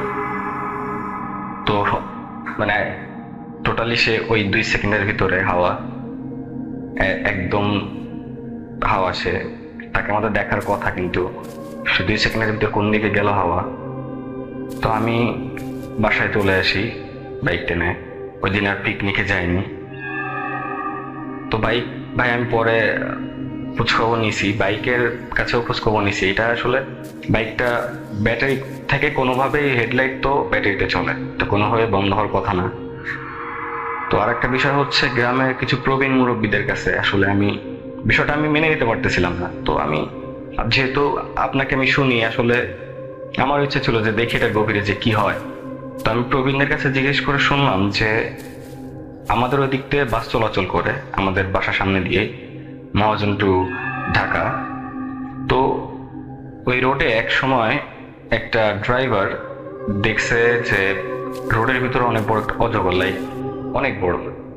তো এটা আসলে আমার শোনা, প্রবীণদের কাছ থেকে শোনা, আমার নিজের বানানো কথা না। তো এটা দেখে সে মানে কন্ট্রোল করতে যেয়ে ভয় পেয়ে যে ওই বটগাছের গোড়ায় মেরে দিছিল। ইভেন এখনো গাছে একটু হইলে বোঝা যায় যে আসলে এখানে বড় একটা আঘাত আছে গাছে।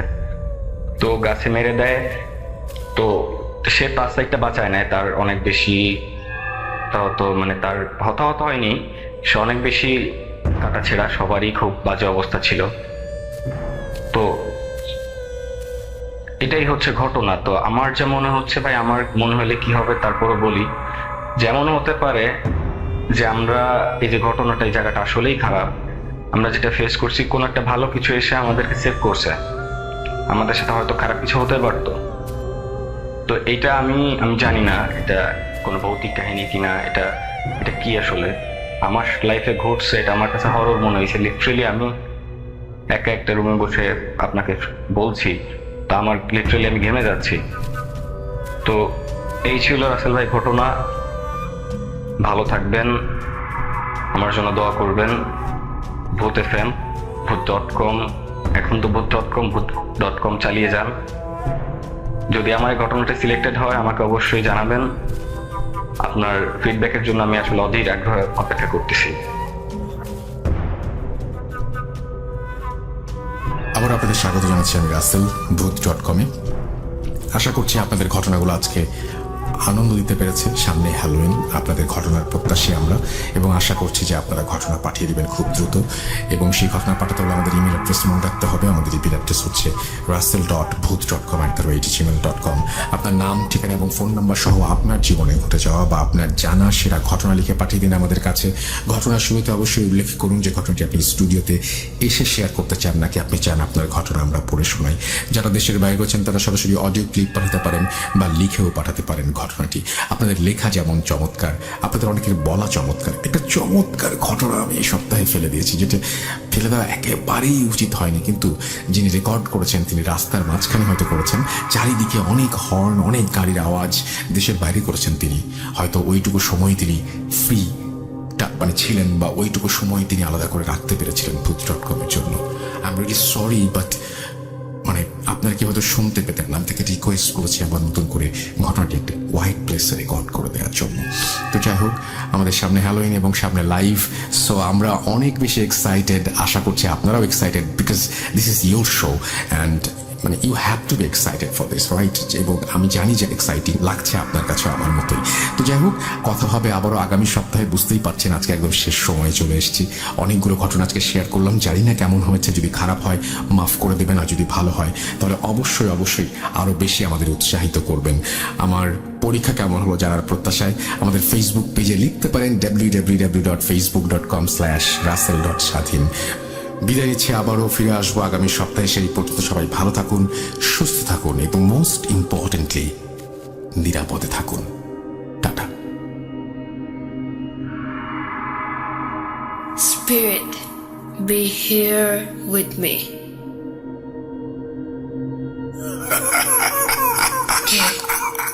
কে তুমি?